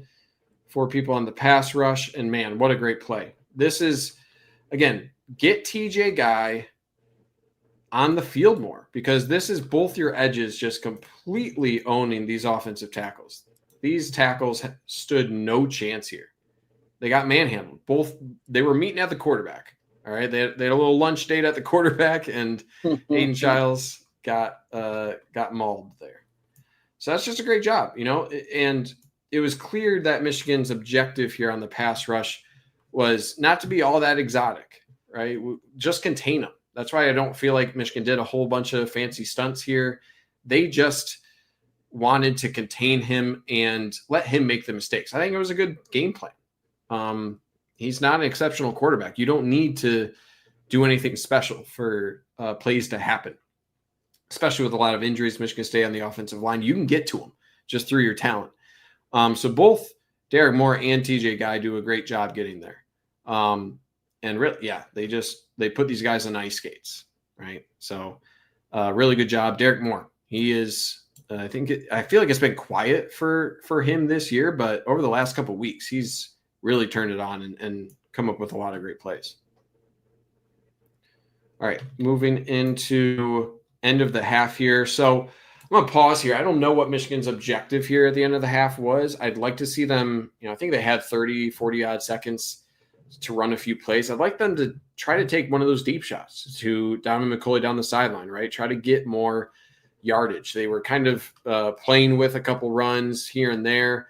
They do a little handoff here to Justice Haynes. You're down at like the 42-yard line or so. I don't understand if you're making an attempt to get towards midfield for a Hail Mary attempt or something like that. I know Bryce Underwood hasn't had the cleanest of games, and you want him to kind of reset in the second half. So maybe they weren't confident with his ability to execute a Hail Mary, but I guess I don't really understand the effort of trying to go fast and get towards midfield if you're not going to attempt a Hail Mary. Hell, Nebraska got a halftime Hail Mary against Michigan this year. So I think I'm more questioning that. Maybe Cheryl Moore addressed that. I didn't see. I'm sure there was a question about it, but didn't really have anything to like break down the play. I'm more just confused about, they seemingly were making a half-hearted effort to get towards midfield. I'm not exactly sure what the objective there was. Are you trying to get into half? Are you trying to get into position for a Hail Mary? It seemed like Michigan didn't even know either. And I would prefer them to have an objective rather than kind of like a half-hearted thing that they seemingly had on this drive. But I don't know, Mel, if you had any thoughts on like, what were your thoughts on their halftime plan going into it? So I thought that we were going to be more aggressive, but I think they just going through this first half, and it's a little longer than we normally do, partly because of me, but I just don't think they had the trust in Bryce, right? I think they were kind of conservative. That first play, if you remember that first play, that when they got the ball back, it was an incomplete pass. Yeah. And then they ran two straight runs. And I just don't think they want to see Bryce throwing a pick, right? Because if he throws a pick, even if it's at the end of the half, it may mess with his confidence. The game is already kind of close. I think Moore just was like, hey, let's get to half. We get the ball back coming out of half. It's not worth the risk. Now, I'm with you. I want us to be aggressive. I hope that we one day get that level. But I think Chip and Sharon looked at the way Bryce was playing and was like, he doesn't have all the confidence that they wanted him to have. Yeah, that's fair. Okay, we'll try to tackle this second half. I know we're approaching 2 hours. Try to tackle this a little bit quicker, but I mean, this play, man, all right, let's start with the good. All right, this is a fun little play. I like this. I like this concept. I didn't see this in the first half at all, so it seemed like something they made a conceited effort to run in the second half. So it's a really cool concept where you're just free releasing your guard here to the second level. You're saying, I'm just going to release this defensive tackle. I'm going to free release to the linebacker. I'm pulling my guard here. He's going to get the trap block here. It's just a trap. You essentially go right off the butt of the center here. Center's going to take on this defensive tackle, and running back's just going to follow right through here. So really like that design. And you can see it really opens the hole. And that's because these running backs are firing really quickly. They're really firing downhill. And by doing this, you make them wrong immediately. And you're able to get a hat onto the linebackers really quickly. So you're not fighting through a double team to get to the second level. You're free releasing offensive linemen to get there. So that opens up a huge crease.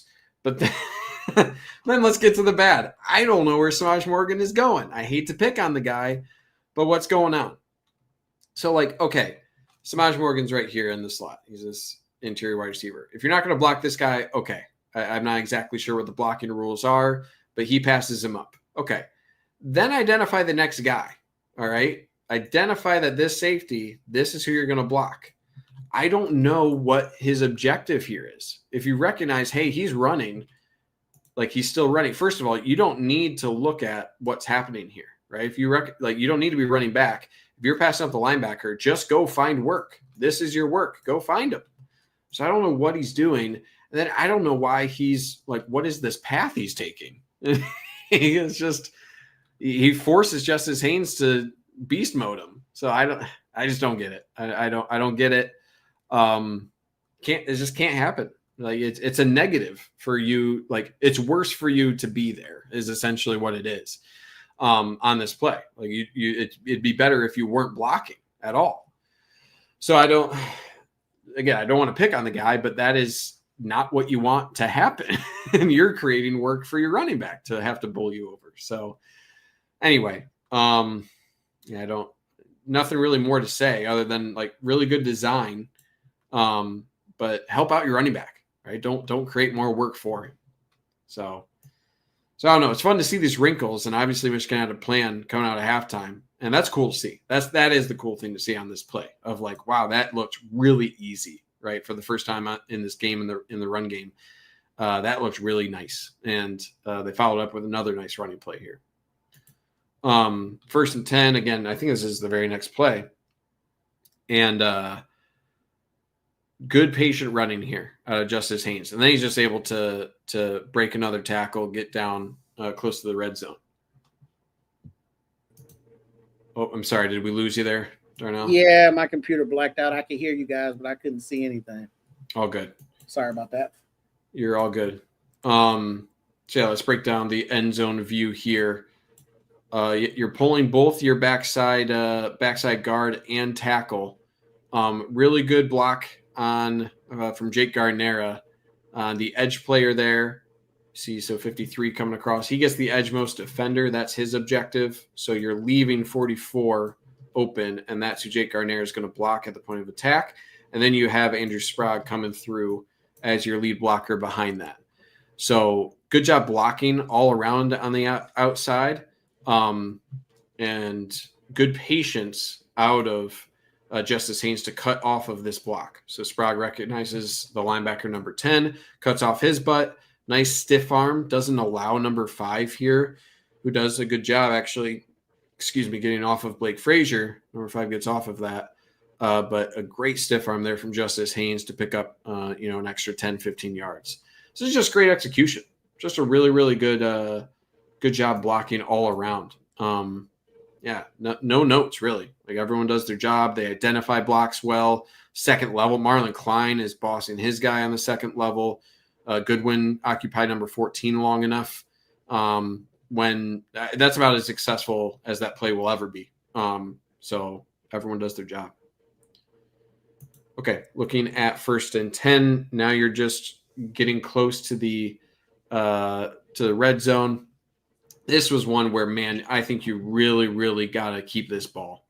Really got to keep this ball if you are Bryce Underwood, because the potential was so high with this orbit motion here for Samaj Morgan. So Samaj Morgan's coming out here.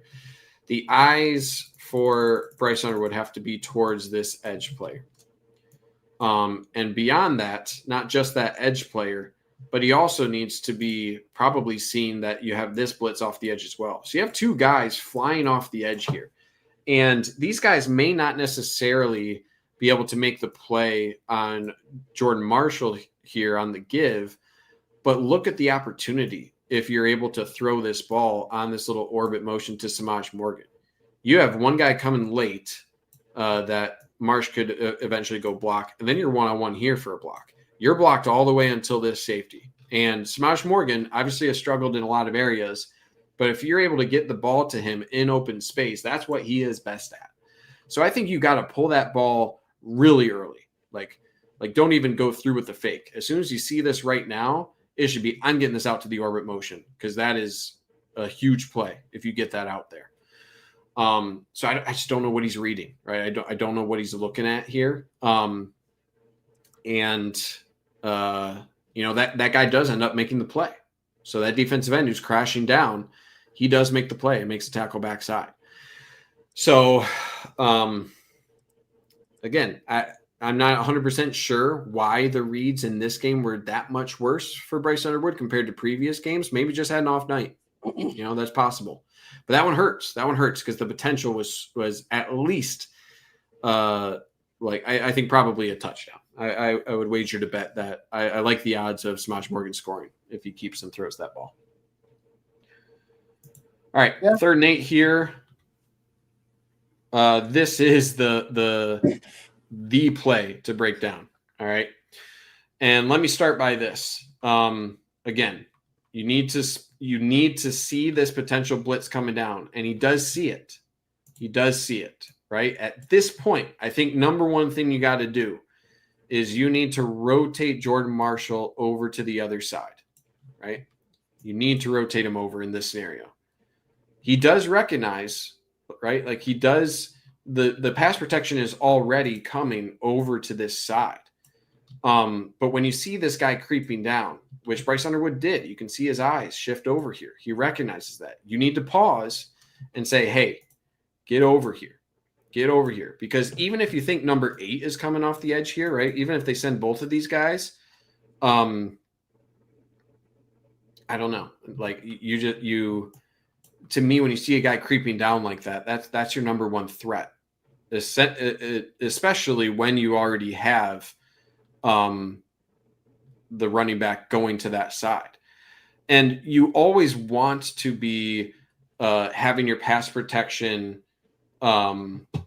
You always want to have your pass protection. How do I remove this guy? Sorry, I'm not sure how I can remove a comment. Anyway. Okay, but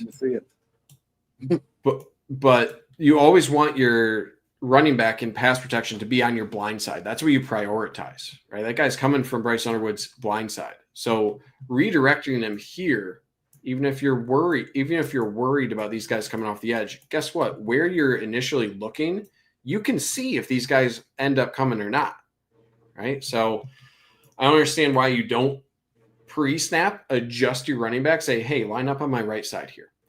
And then let's talk about, is this offsides or not? So I am of the mind that whatever this was called at the time, there is no chance. Obviously, this view isn't the best angle of it, but you would never be able to overturn this either way, even if it was reviewed. It is a minuscule, we're talking one frame difference of whether he's onside or offside here. And it might be his fingertip, right? So I feel the same way. You guys might not like this about the JT is short play.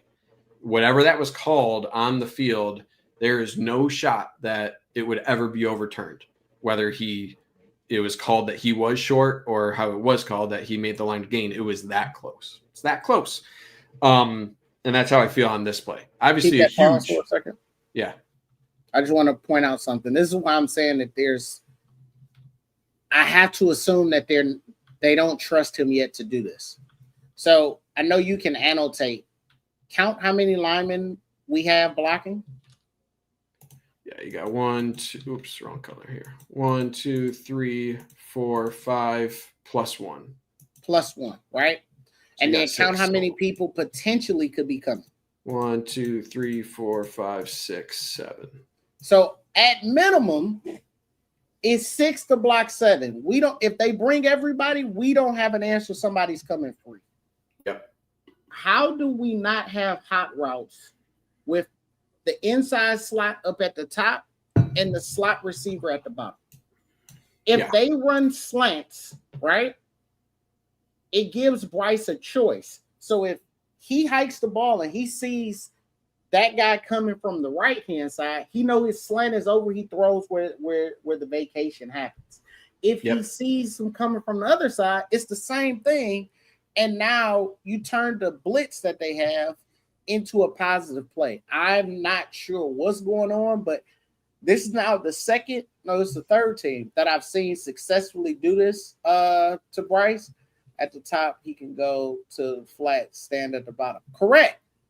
So I'm just confused on why we don't have hot routes when we know teams are going to blitz. The thing that DCs love to do is run combo, confusing coverages on the back end, and blitz young quarterbacks because normally they can't take on the blitz. So we're in game 8 now. I expect Chip to kind of have Bryce on, even if it's just simple. You get what I'm saying? Even if it's just simple, on a simple hot route. Like, why don't he even have hot routes? Yeah. I mean, you could call there's so many things you could call out of this as well. You could make a call where it's just like, hey, just bubble this guy, just turn and deliver it here. And then you just go and block and look, this is the closest guy. Like if this guy ends up dropping back, right, or trying to fly back from his position here into coverage or something, guess what? This is still probably going to work. He's not going to be able to get out there quick enough.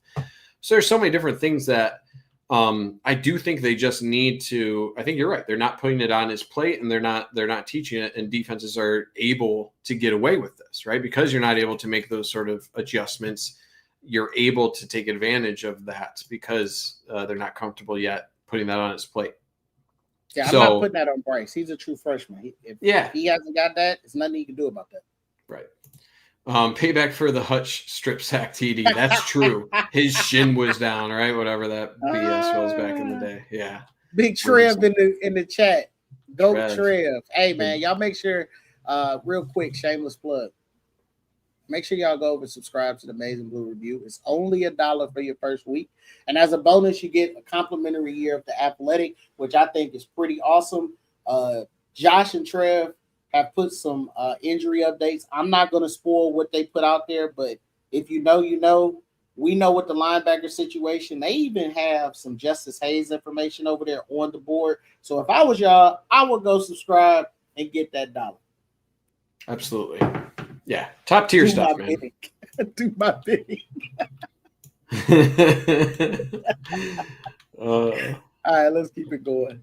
Yeah, we got to speed up. We're already close to 2 hours. We got a lot of plays left, so I'll try to speed through it. Okay, this is just punishing the over pursuit of the cornerbacks, right? I like this sort of play because what are you asking number 14 to do on defense? Number 14 is defensive back. You're essentially asking him to scrape sort of backside. He's essentially being put into like a linebacker role here close to the goal line. So how do you make his job difficult? You threaten and then you bounce. Because number 14, it's not his bread and butter to kind of like do linebacker duties. But that's essentially what this play is forcing him to do. Now, number 10, I think, is doing a poor job. I don't know where he's going here. Number 10 is actually, I do know what he's doing. He's following 44. That's what his key is. That's why he's shifting this way as well. Usually a good idea. And I think Michigan is playing with that a little bit because you're sending across Max Bredesen, usually a big tell, right? For the linebackers, that's who you follow. But because of that, that takes him away. And now you have number 14 who has to replace the linebacker level and be threatened of this. So it's a good job of Justice Haynes for pressing that. And then he's able to bounce out here. Presses it. And now the eyes for 14, right? Now he's lost him. How are you going to look through these bodies and know what's going on? So you have to make the assumption that he's going outside, but it's way too late at that point. Nice and easy. Nice and easy. Put the defense in uncomfortable positions. Cornerback trying to do linebackering things is a tough ask. Okay, 3rd and 10 here, 17-7. Is this one out of order? Give me one sec. Where are we at? What time? 8:38. I want to make sure I have the correct order. Okay, I do. So I must have skipped a possession for Michigan State here. But 3rd and 10 here for Michigan. Only 3 on the pass rush here. Just really don't like this decision for Bryce Underwood. Why don't I like it? Because I think you are only rushing 3, but I think you had a good enough option for Marlon Klein underneath. So he's going to leak after. I think he's lined up in the slot right here. Lined up in the slot. He's going to get a little bit of a chip here first on 41. He's going to leak out to the flat here. And because they're dropping 8 here for Michigan State, I think that's your best option. Looking downfield, I just don't see a lot else opening up. I mean, you're looking at a lot of bodies here if you're Bryce Underwood. So I understand, looks like some sort of cover 3 look. I understand wanting to duck out, but he ducks out right away. Instead, I think time is of the essence. As all of these guys are getting back into their drops here, especially number 7, who's being engaged by this wide receiver, this is your best chance. Give Marlon Klein a shot up the sideline here with his momentum. Just never does. Decides to duck out, and that's a hard ask when you have 5 guys dropping back into zone in the curl flat area. That's tough to beat. So I think he just needs to, especially with his checkdowns, just take those. Take those and realize the spacing underneath can get you somewhere. So I think he's just trying to play a little bit outside the scheme. Yeah. There's no reason. There's no reason for him to take off like that. Okay, 1st and 10. Pinned him deep. Michigan pinned him deep. Etta with a hell of a play. I want to call this one out just because this is what you expect a defensive tackle to do to a tight end. So this is the only guy you really need to focus on all that much. He's got 81, a tight end lined up over him. Does a really good job with his gap assignment. Really like how he puts his arm out here. And then notice how he regaps here. So he recognizes, hey, I shut down this play side B gap or play side C gap, and then he readjusts. Boom, I'm in the D gap now. Really good job. And that's what you want from a defensive tackle. He has the advantage here. He's big D tackle going up against a tight end. So you can afford to, you don't have to put your whole body into it. You can be a little bit more agile and make that play. So I give him a lot of credit. He hasn't been the best defensive tackle, but in a position like this, that's good work from him. Okay, 3rd and 8. This good job, good pressure from Dom Nichols, and Jimmy Rolder was there as well in coverage. So again, the pressure isn't anything special. You're only sending 4. This allows you to have more linebackers in coverage, allows you to have more items underneath. Good eyes for Jimmy Rolder. Initially, he's checking up number 1, going on a crossing route. Because you kind of are in zone here, this isn't going to be open for Aiden Childs. But the eyes for Jimmy Rolder the whole time is on this running back who is going to leak late. And Jimmy Rolder redirects instead of following him there. He probably shouldn't have taken that step, that side step right there. He probably should have gotten over to the flat a little bit earlier. But he's reading the eyes of the quarterback. As soon as he shifts back over, that's when he gets back. So would like them to redirect to that running back a little bit earlier. But regardless, good play. And the outside, you're only sending 4 in pass rush, but everyone is relatively disciplined here on their pass rush.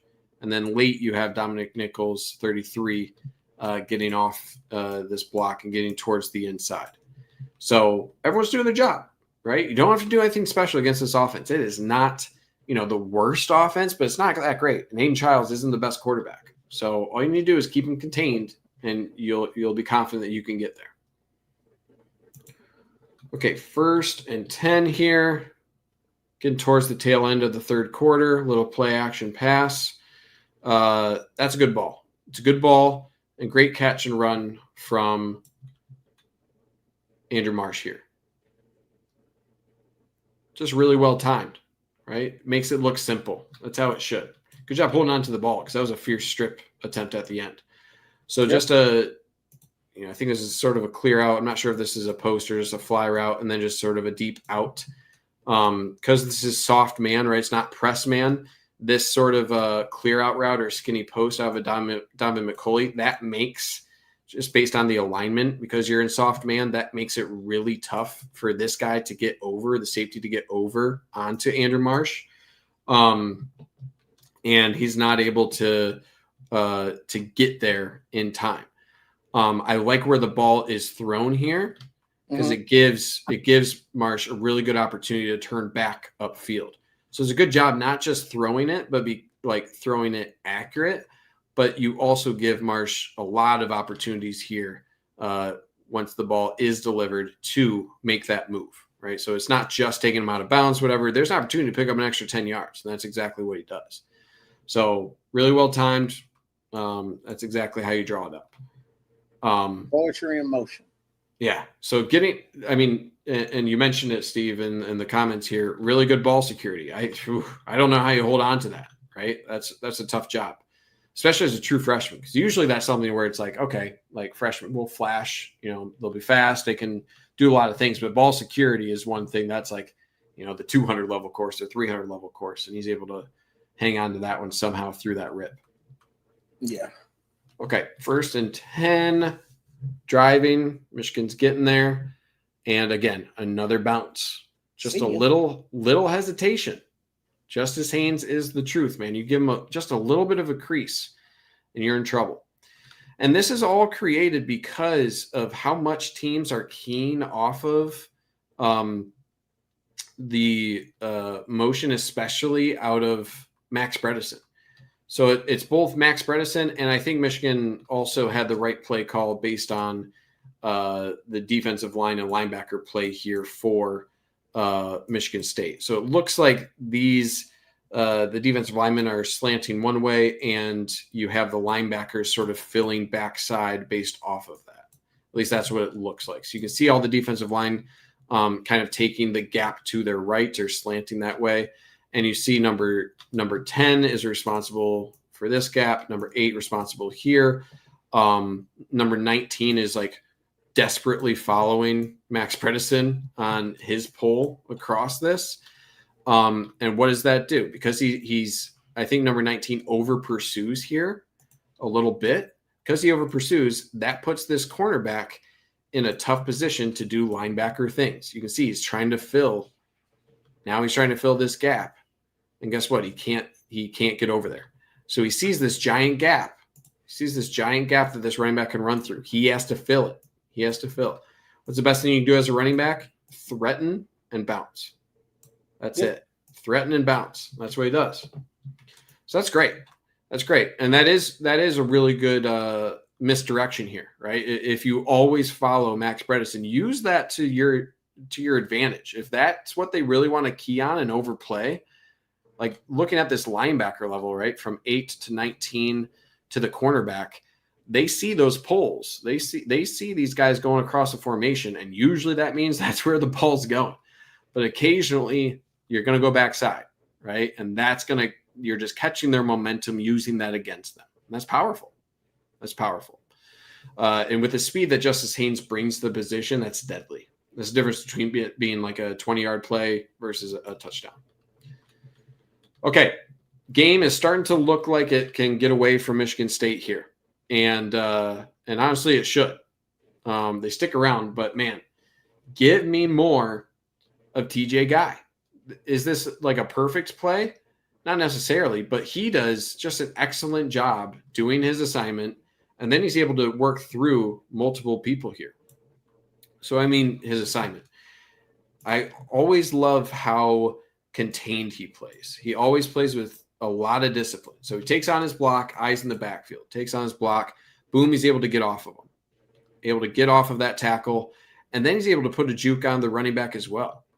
That's a pretty agile play for a defensive end. Boom, jukes him. This looks like it's supposed to be a throwback to the running back based on what the offensive line is doing. So I don't know if it's miscommunication, but all of the offensive line is resetting over here. It looks like it's, a play action here, and then the running back is posting up. That's what it looks like to me, the play design. So I don't know if Aiden Childs is trying to go one-on-one to Nick Marsh there, and it's just not there. It's kind of what it looks like, why he's going that way. But anyway, he never actually looks back towards what it seems like is supposed to be potentially a backside screen. Maybe that's just a dummy play. But anyway, the other thing that makes this play is really, really good job from the front side defensive end. That has to be Derek Moore. Just based on how he's playing it. We'll go to the end zone view after. But he keeps his outside arm free. And I love that he keeps his outside arm up. That's further dissuading Aiden Childs from getting out that way. So it's a good job from him keeping contained. I even like that Rayshon Benny, maybe I'd like to see him get a little bit more vertical, but he is hell-bent on contain, right? So if somehow Aiden Childs is able to duck out and get out, Rayshon Benny is on it, right? This guy's not getting outside. So I like that, even though, maybe he's over pursuing whatever, but trust that you're going to have something coming backside, right? And that's exactly what TJ Guy is doing here. So it's a good job. That delay that Derek Moore does there, that's what makes this play possible for TJ Guy. So yep, Derek Moore doing a good job against the tight end, forces Aiden Childs to step back up. TJ Guy is a freight train and jumps on him. So really good job. Waterboy. What's that? Adam Sandler and the Waterboy when he was yelling. Yeah. That's all I thought when I saw TJ Guy hit him.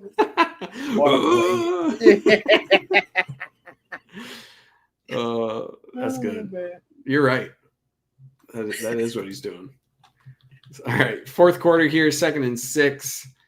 Little screen pass. Now, I don't know what you're doing if you're Michigan State, because I think they had a successful play here. Play design, you go out block here. It's a quick throw. Get this guy moving out. His momentum's already taken you out there. It's a tough play for TJ Metcalf to go out there. I think you get probably 5 to 7 yards if you continue on that path to the outside. I don't know why he cuts back up, right? The worst thing you can do in this scenario, if you're the wide receiver, is to cut back in. That's where you get all of the bodies flowing here. So I think it's just a mistake here. He could have gotten a little bit more if he continued outside. That's where your block is. That's where the play is designed to go. But give TJ Metcalf a lot of credit, because he really his change of direction here is exceptional. I did not think he'd be able to stop on a dime and make that play. So again, don't apologize when the opponent makes mistakes. Capitalize. And that's what TJ Metcalf does. Yep. All right, we got 10 more plays. We'll try to keep it under 2:30 here. 3rd and 5.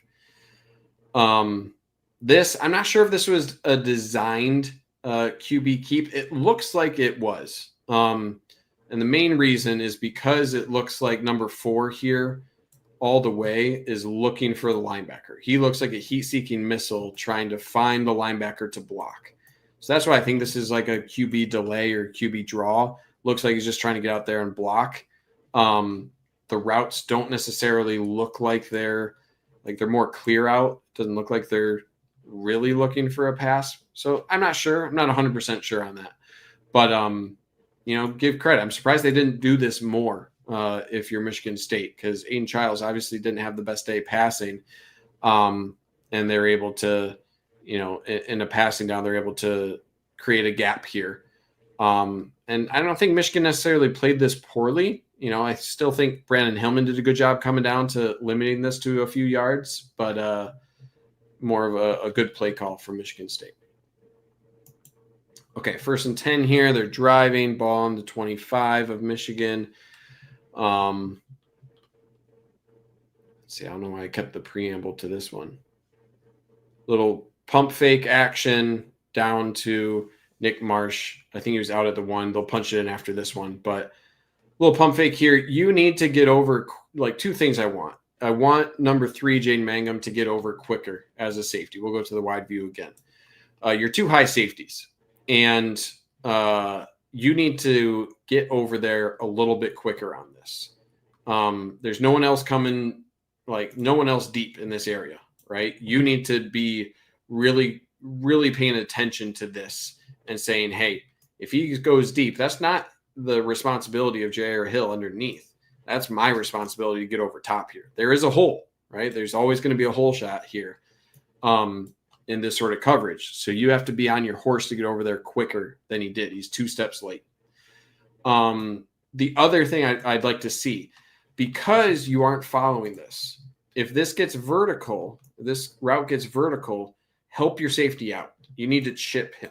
Give him time to get over there by making contact. He doesn't make any contact with Marsh. He whiffs there. Kind of bites on the inside move. It's good route, but you got to get contact there to help out your safety. So, again, it's good route, good timing, good pump fake. So give the offense some credit, but I would like to see the cornerback make some contact there and then safety get over just a little bit quicker. So allow me to be a little sinister here. Yes. Hey, there's a possibility that you are right. But we've seen Jair bite on double moves. And I'm almost wondering, because at the top of the coverage, that corner up there is playing man or a little deeper zone. I think the pump fake is intentional because they know that Jair bites on double moves. And I'm not excusing Mangum from not getting over there in time, but if it was a pass off, the way that Jair reacted to it was like, oh, I got beat. It wasn't like this is my zone and there's somebody over the top of me. It looked like they was playing too high with a man over the top, which, once again, Mangum is supposed to be there, but Jair bit on that pump fake. He thought that he was throwing it on like a quick out or quick to the inside, and he was trying to get the pick. Yeah, I'm not sure how this coverage is designed, because I can't imagine that they would just leave the flats completely open. Like on this, the wide side of the field, I have to imagine that someone is responsible for that. Because the linebackers are definitely in like their zone. Maybe you're manned up here, but I can't imagine they would just leave the flat open.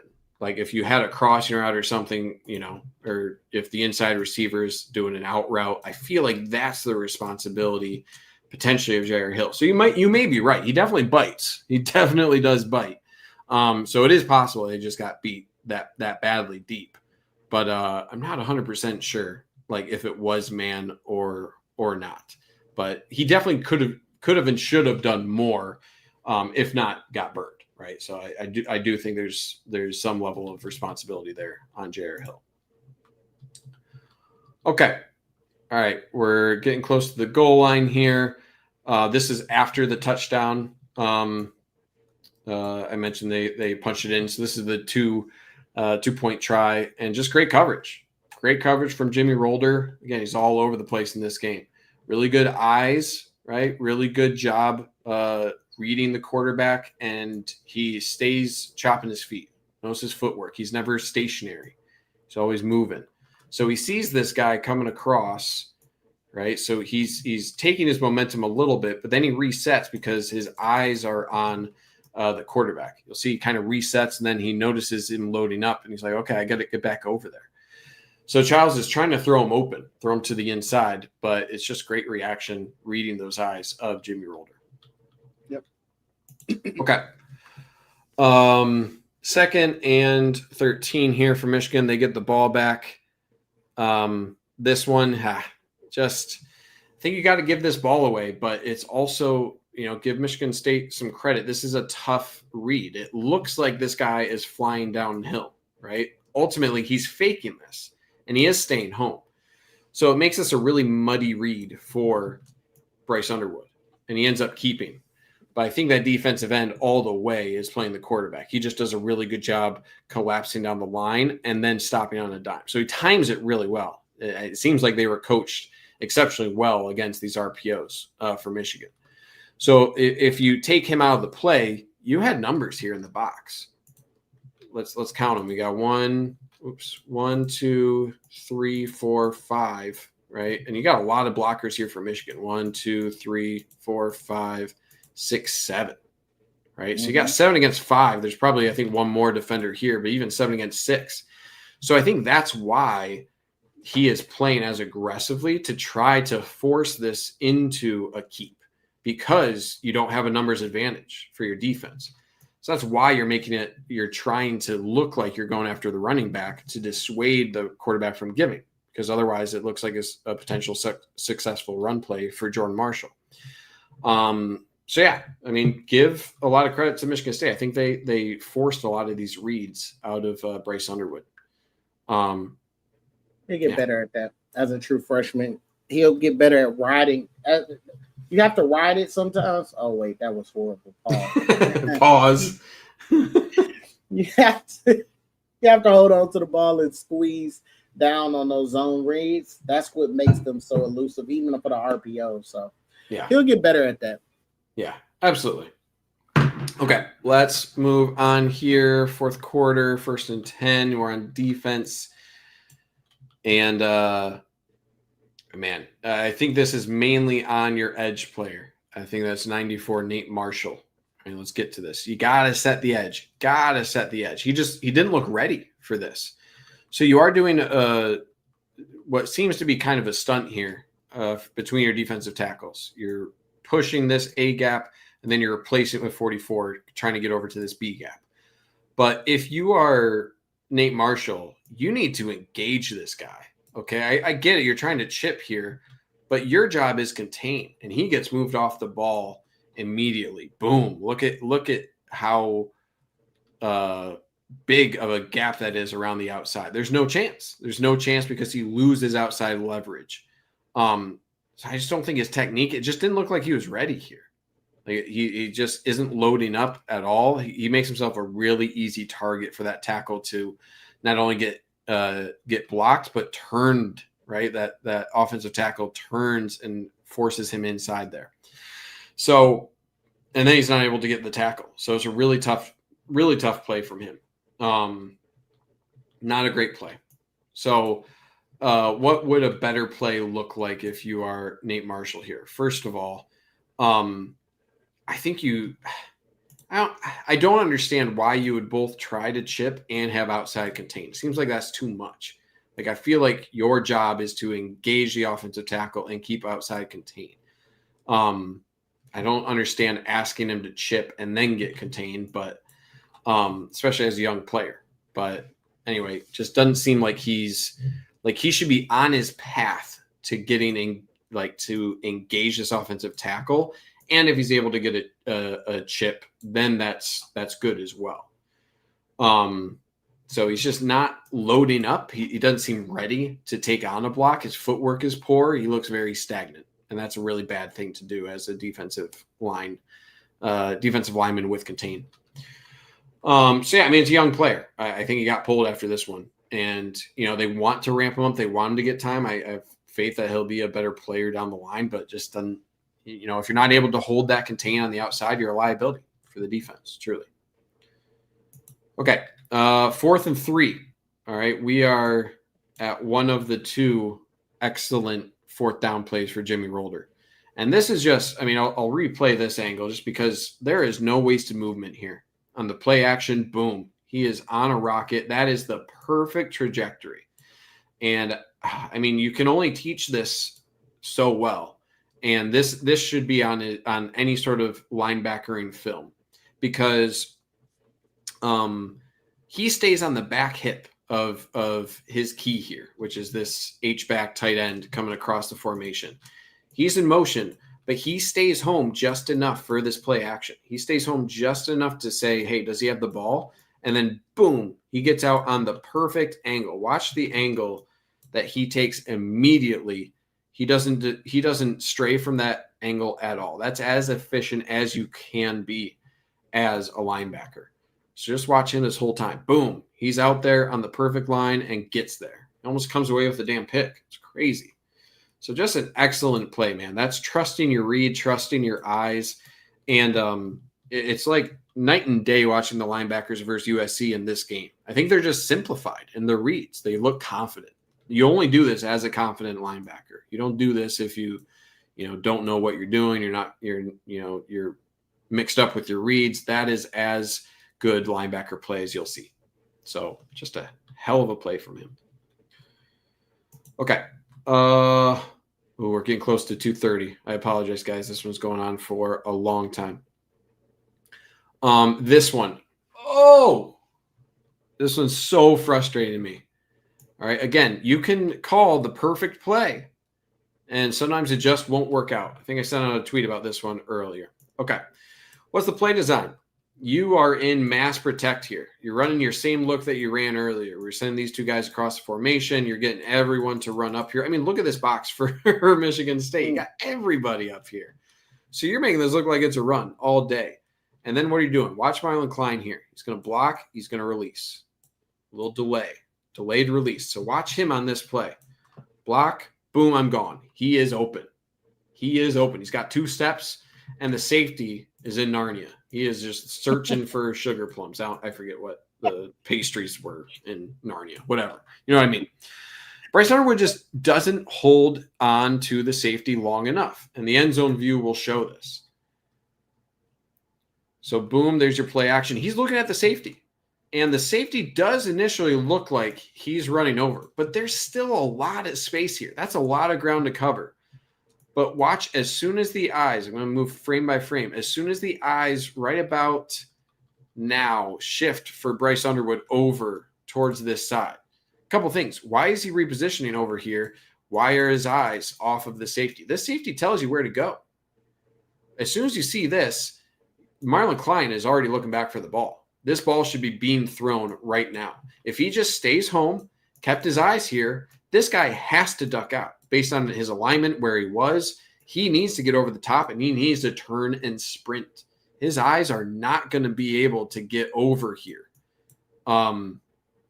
This is a winning play. This is a touchdown. So I don't know why he's ducking out. This is max protect. You don't need to go anywhere.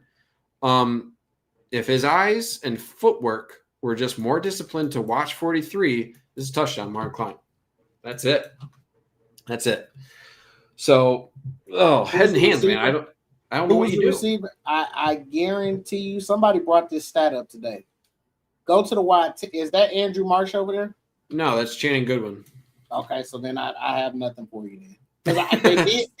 They did say that Bryce has been more comfortable throwing the ball to Marsh. So I thought maybe he looked over there because that's a spot that he likes to go to. But if that's Channing Goodwin, I have nothing for you.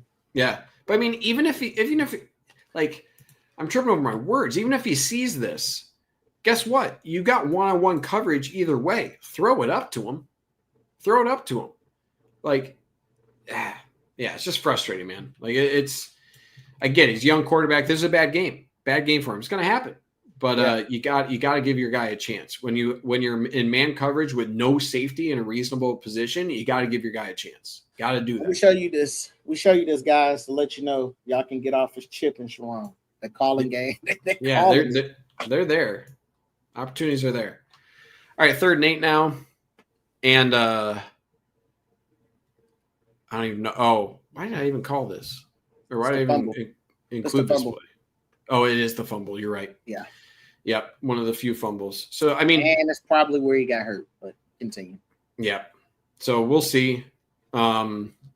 I mean, not a bad run. Like, I think it was blocked pretty well. But trying to put the game away, can't turn the ball over like that. That's tough. All right, I'm going to speed through this. I'm going to do these really quick. Got 5 more plays or so. But we got to get out of here. All right. 1st and 10 here near midfield. That's just a good play. Not able to really guard that much better. This is just, I think, good execution. Not able to keep contained on the outside, right? You try to do an inside rush here for TJ guys, so you allow Aiden Childs to get a lot more room on the outside. He repositions well. It's good timing for that route. So they got that one. So they're driving down the field. Okay, I should have paused here. This was super quick. Like, they went super quick for the 4th and 1. Michigan was not in position. This is where the film started. So they were really delayed, obviously, getting the film of this. Thankfully, the end zone view is much cleaner. But Jimmy Rolder, man, play number 2 for him on 4th down. So what did I mention earlier when it was a 4th and 1 and it was a QB sneak? What is Aiden Childs doing? He's just looking for gaps. He's looking for gaps. What does he recognize? Boom, there's a gap here because you have Jayshawn Barham coming over the top here. So I think Jimmy Rolder earlier recognized, hey, he's just searching for gaps here. On 4th and short, that's what he's doing. He's just looking for gaps. And I'm going to bait him into this and just jump over. This is just a guy making a play. Because otherwise, they're looking around. Cam Brand is looking towards the sideline. There is no call. There's no call right now. This is just Jimmy Rolder making a play. He recognizes that. He stays just a little bit off the line, right? Just a little bit off here. And then boom, capitalizes, boom, hits him. And then, sorry, it's Derek Moore, not Cam Brandt. And then you have both Metcalf and Derek Moore replacing. Just excellent job. But that is Jimmy Rolder all the way making that play. And then you got help backside. That is, what a game. 2 4th down stops, 2-point conversion, incompletion, a pass deflection, fumble recovery, and a sack with 9 tackles, whatever he had. That is the play. Okay, last play I'm going to cover. I'm not going to cover the garbage time drive for Michigan State because it didn't really matter. But here we go. This is the ball game. This is the ice. And really good to see Jordan Marshall go the distance. He doesn't quite have the top end speed, but he can still scoot. I think he got close to 20 miles per hour on this one I saw on Twitter. So everyone executing well. Everyone executing well except for that safety. Watch out. Watch out. Trevor McHugh, it mattered to bettors maybe if you had a stake in the game, right? The over-under. Yeah, that's true. That's true. Some people are probably upset about that. Yeah, okay. Beautiful play. Yeah, Jake Garnera, man. I think he said in an interview that he's the strongest offensive lineman. He put 34 reps of 225 or something, which is just crazy. But watch him just turn out this defensive tackle. Just does a really good job here. Boom, turning that. That forms the right crease here. And then a really good job of getting to the second level if you're cripping. Now, I think this is a misplay because why do you have 3 linebackers here for Michigan State all going to this same gap? Watch all 3 of these guys just crowding Crippen here, which, hey, again, don't apologize for your opponent making a mistake. The other thing I really like about this play, outside of those linebackers just completely taking themselves out of the play, look at Marlon Klein. I love when guys, especially at the second level here, are turning their body inside like this, right? Form this wall. This is what you want it to look like. Get in front of them and then turn your body this way. If they want to go upfield like this, hell, go for it, man. Your own funeral, right? Boom. Hit that hole, turn your body. That's perfect. And then it's 1 against 1. And with Michigan's running backs, good luck. At this point, he didn't close this gap quick enough. Make a guy miss. That's what Jordan Marshall does. Cornerback not able to get his ankles. Good night. Beautiful. So, yeah, man. Overall, really happy with the offensive play calling, especially the adjustments to the run game in the second half. I think that was beautiful, really well done. A lot of things to clean up still, especially Bryce Underwood. Hopefully he'll have a bounce back against Purdue, get some confidence into the bye week. But, defense, I think there were some ups and downs. Jimmy Rolder had himself a hell of a game. So, overall, ugly game. I think a lot of missed execution. But, hey, you're getting out of an away game against a rival with a double-digit win, all right? At a certain point, you're kind of picking nits. So, yeah. Overall, I'm happy with it. Yeah, if we can get that same defensive output for the rest of the year, maybe clean up on some of the missed tackles, I'm fine with it. One thing I did want to point out, we didn't get to it on the film, but, man, Blake Frazier is playing like a Michigan offensive lineman of old. The way he finishes through the whistle is something that I would like to see our linemen do from here on out. The kid is playing with a lot of fire. Just don't get the penalties. I saw Sharon yell at him, telling him to use his head. But overall, like you said, get through the Purdue game. We do have some injuries. Once again, get over to the Maize and Blue review. You can check that out to find out who's going to be out, who's going to be playing. We got Purdue this week. I don't expect much. I expect this to be a kind of a vanilla game, get it to the bye, and then work on what they want to do for the Ohio State game, just like they did last year. The bye is in the same spot. We play Northwestern coming out the bye, so we just want to get healthy and get ready for that game in a month, because it's gonna be a war.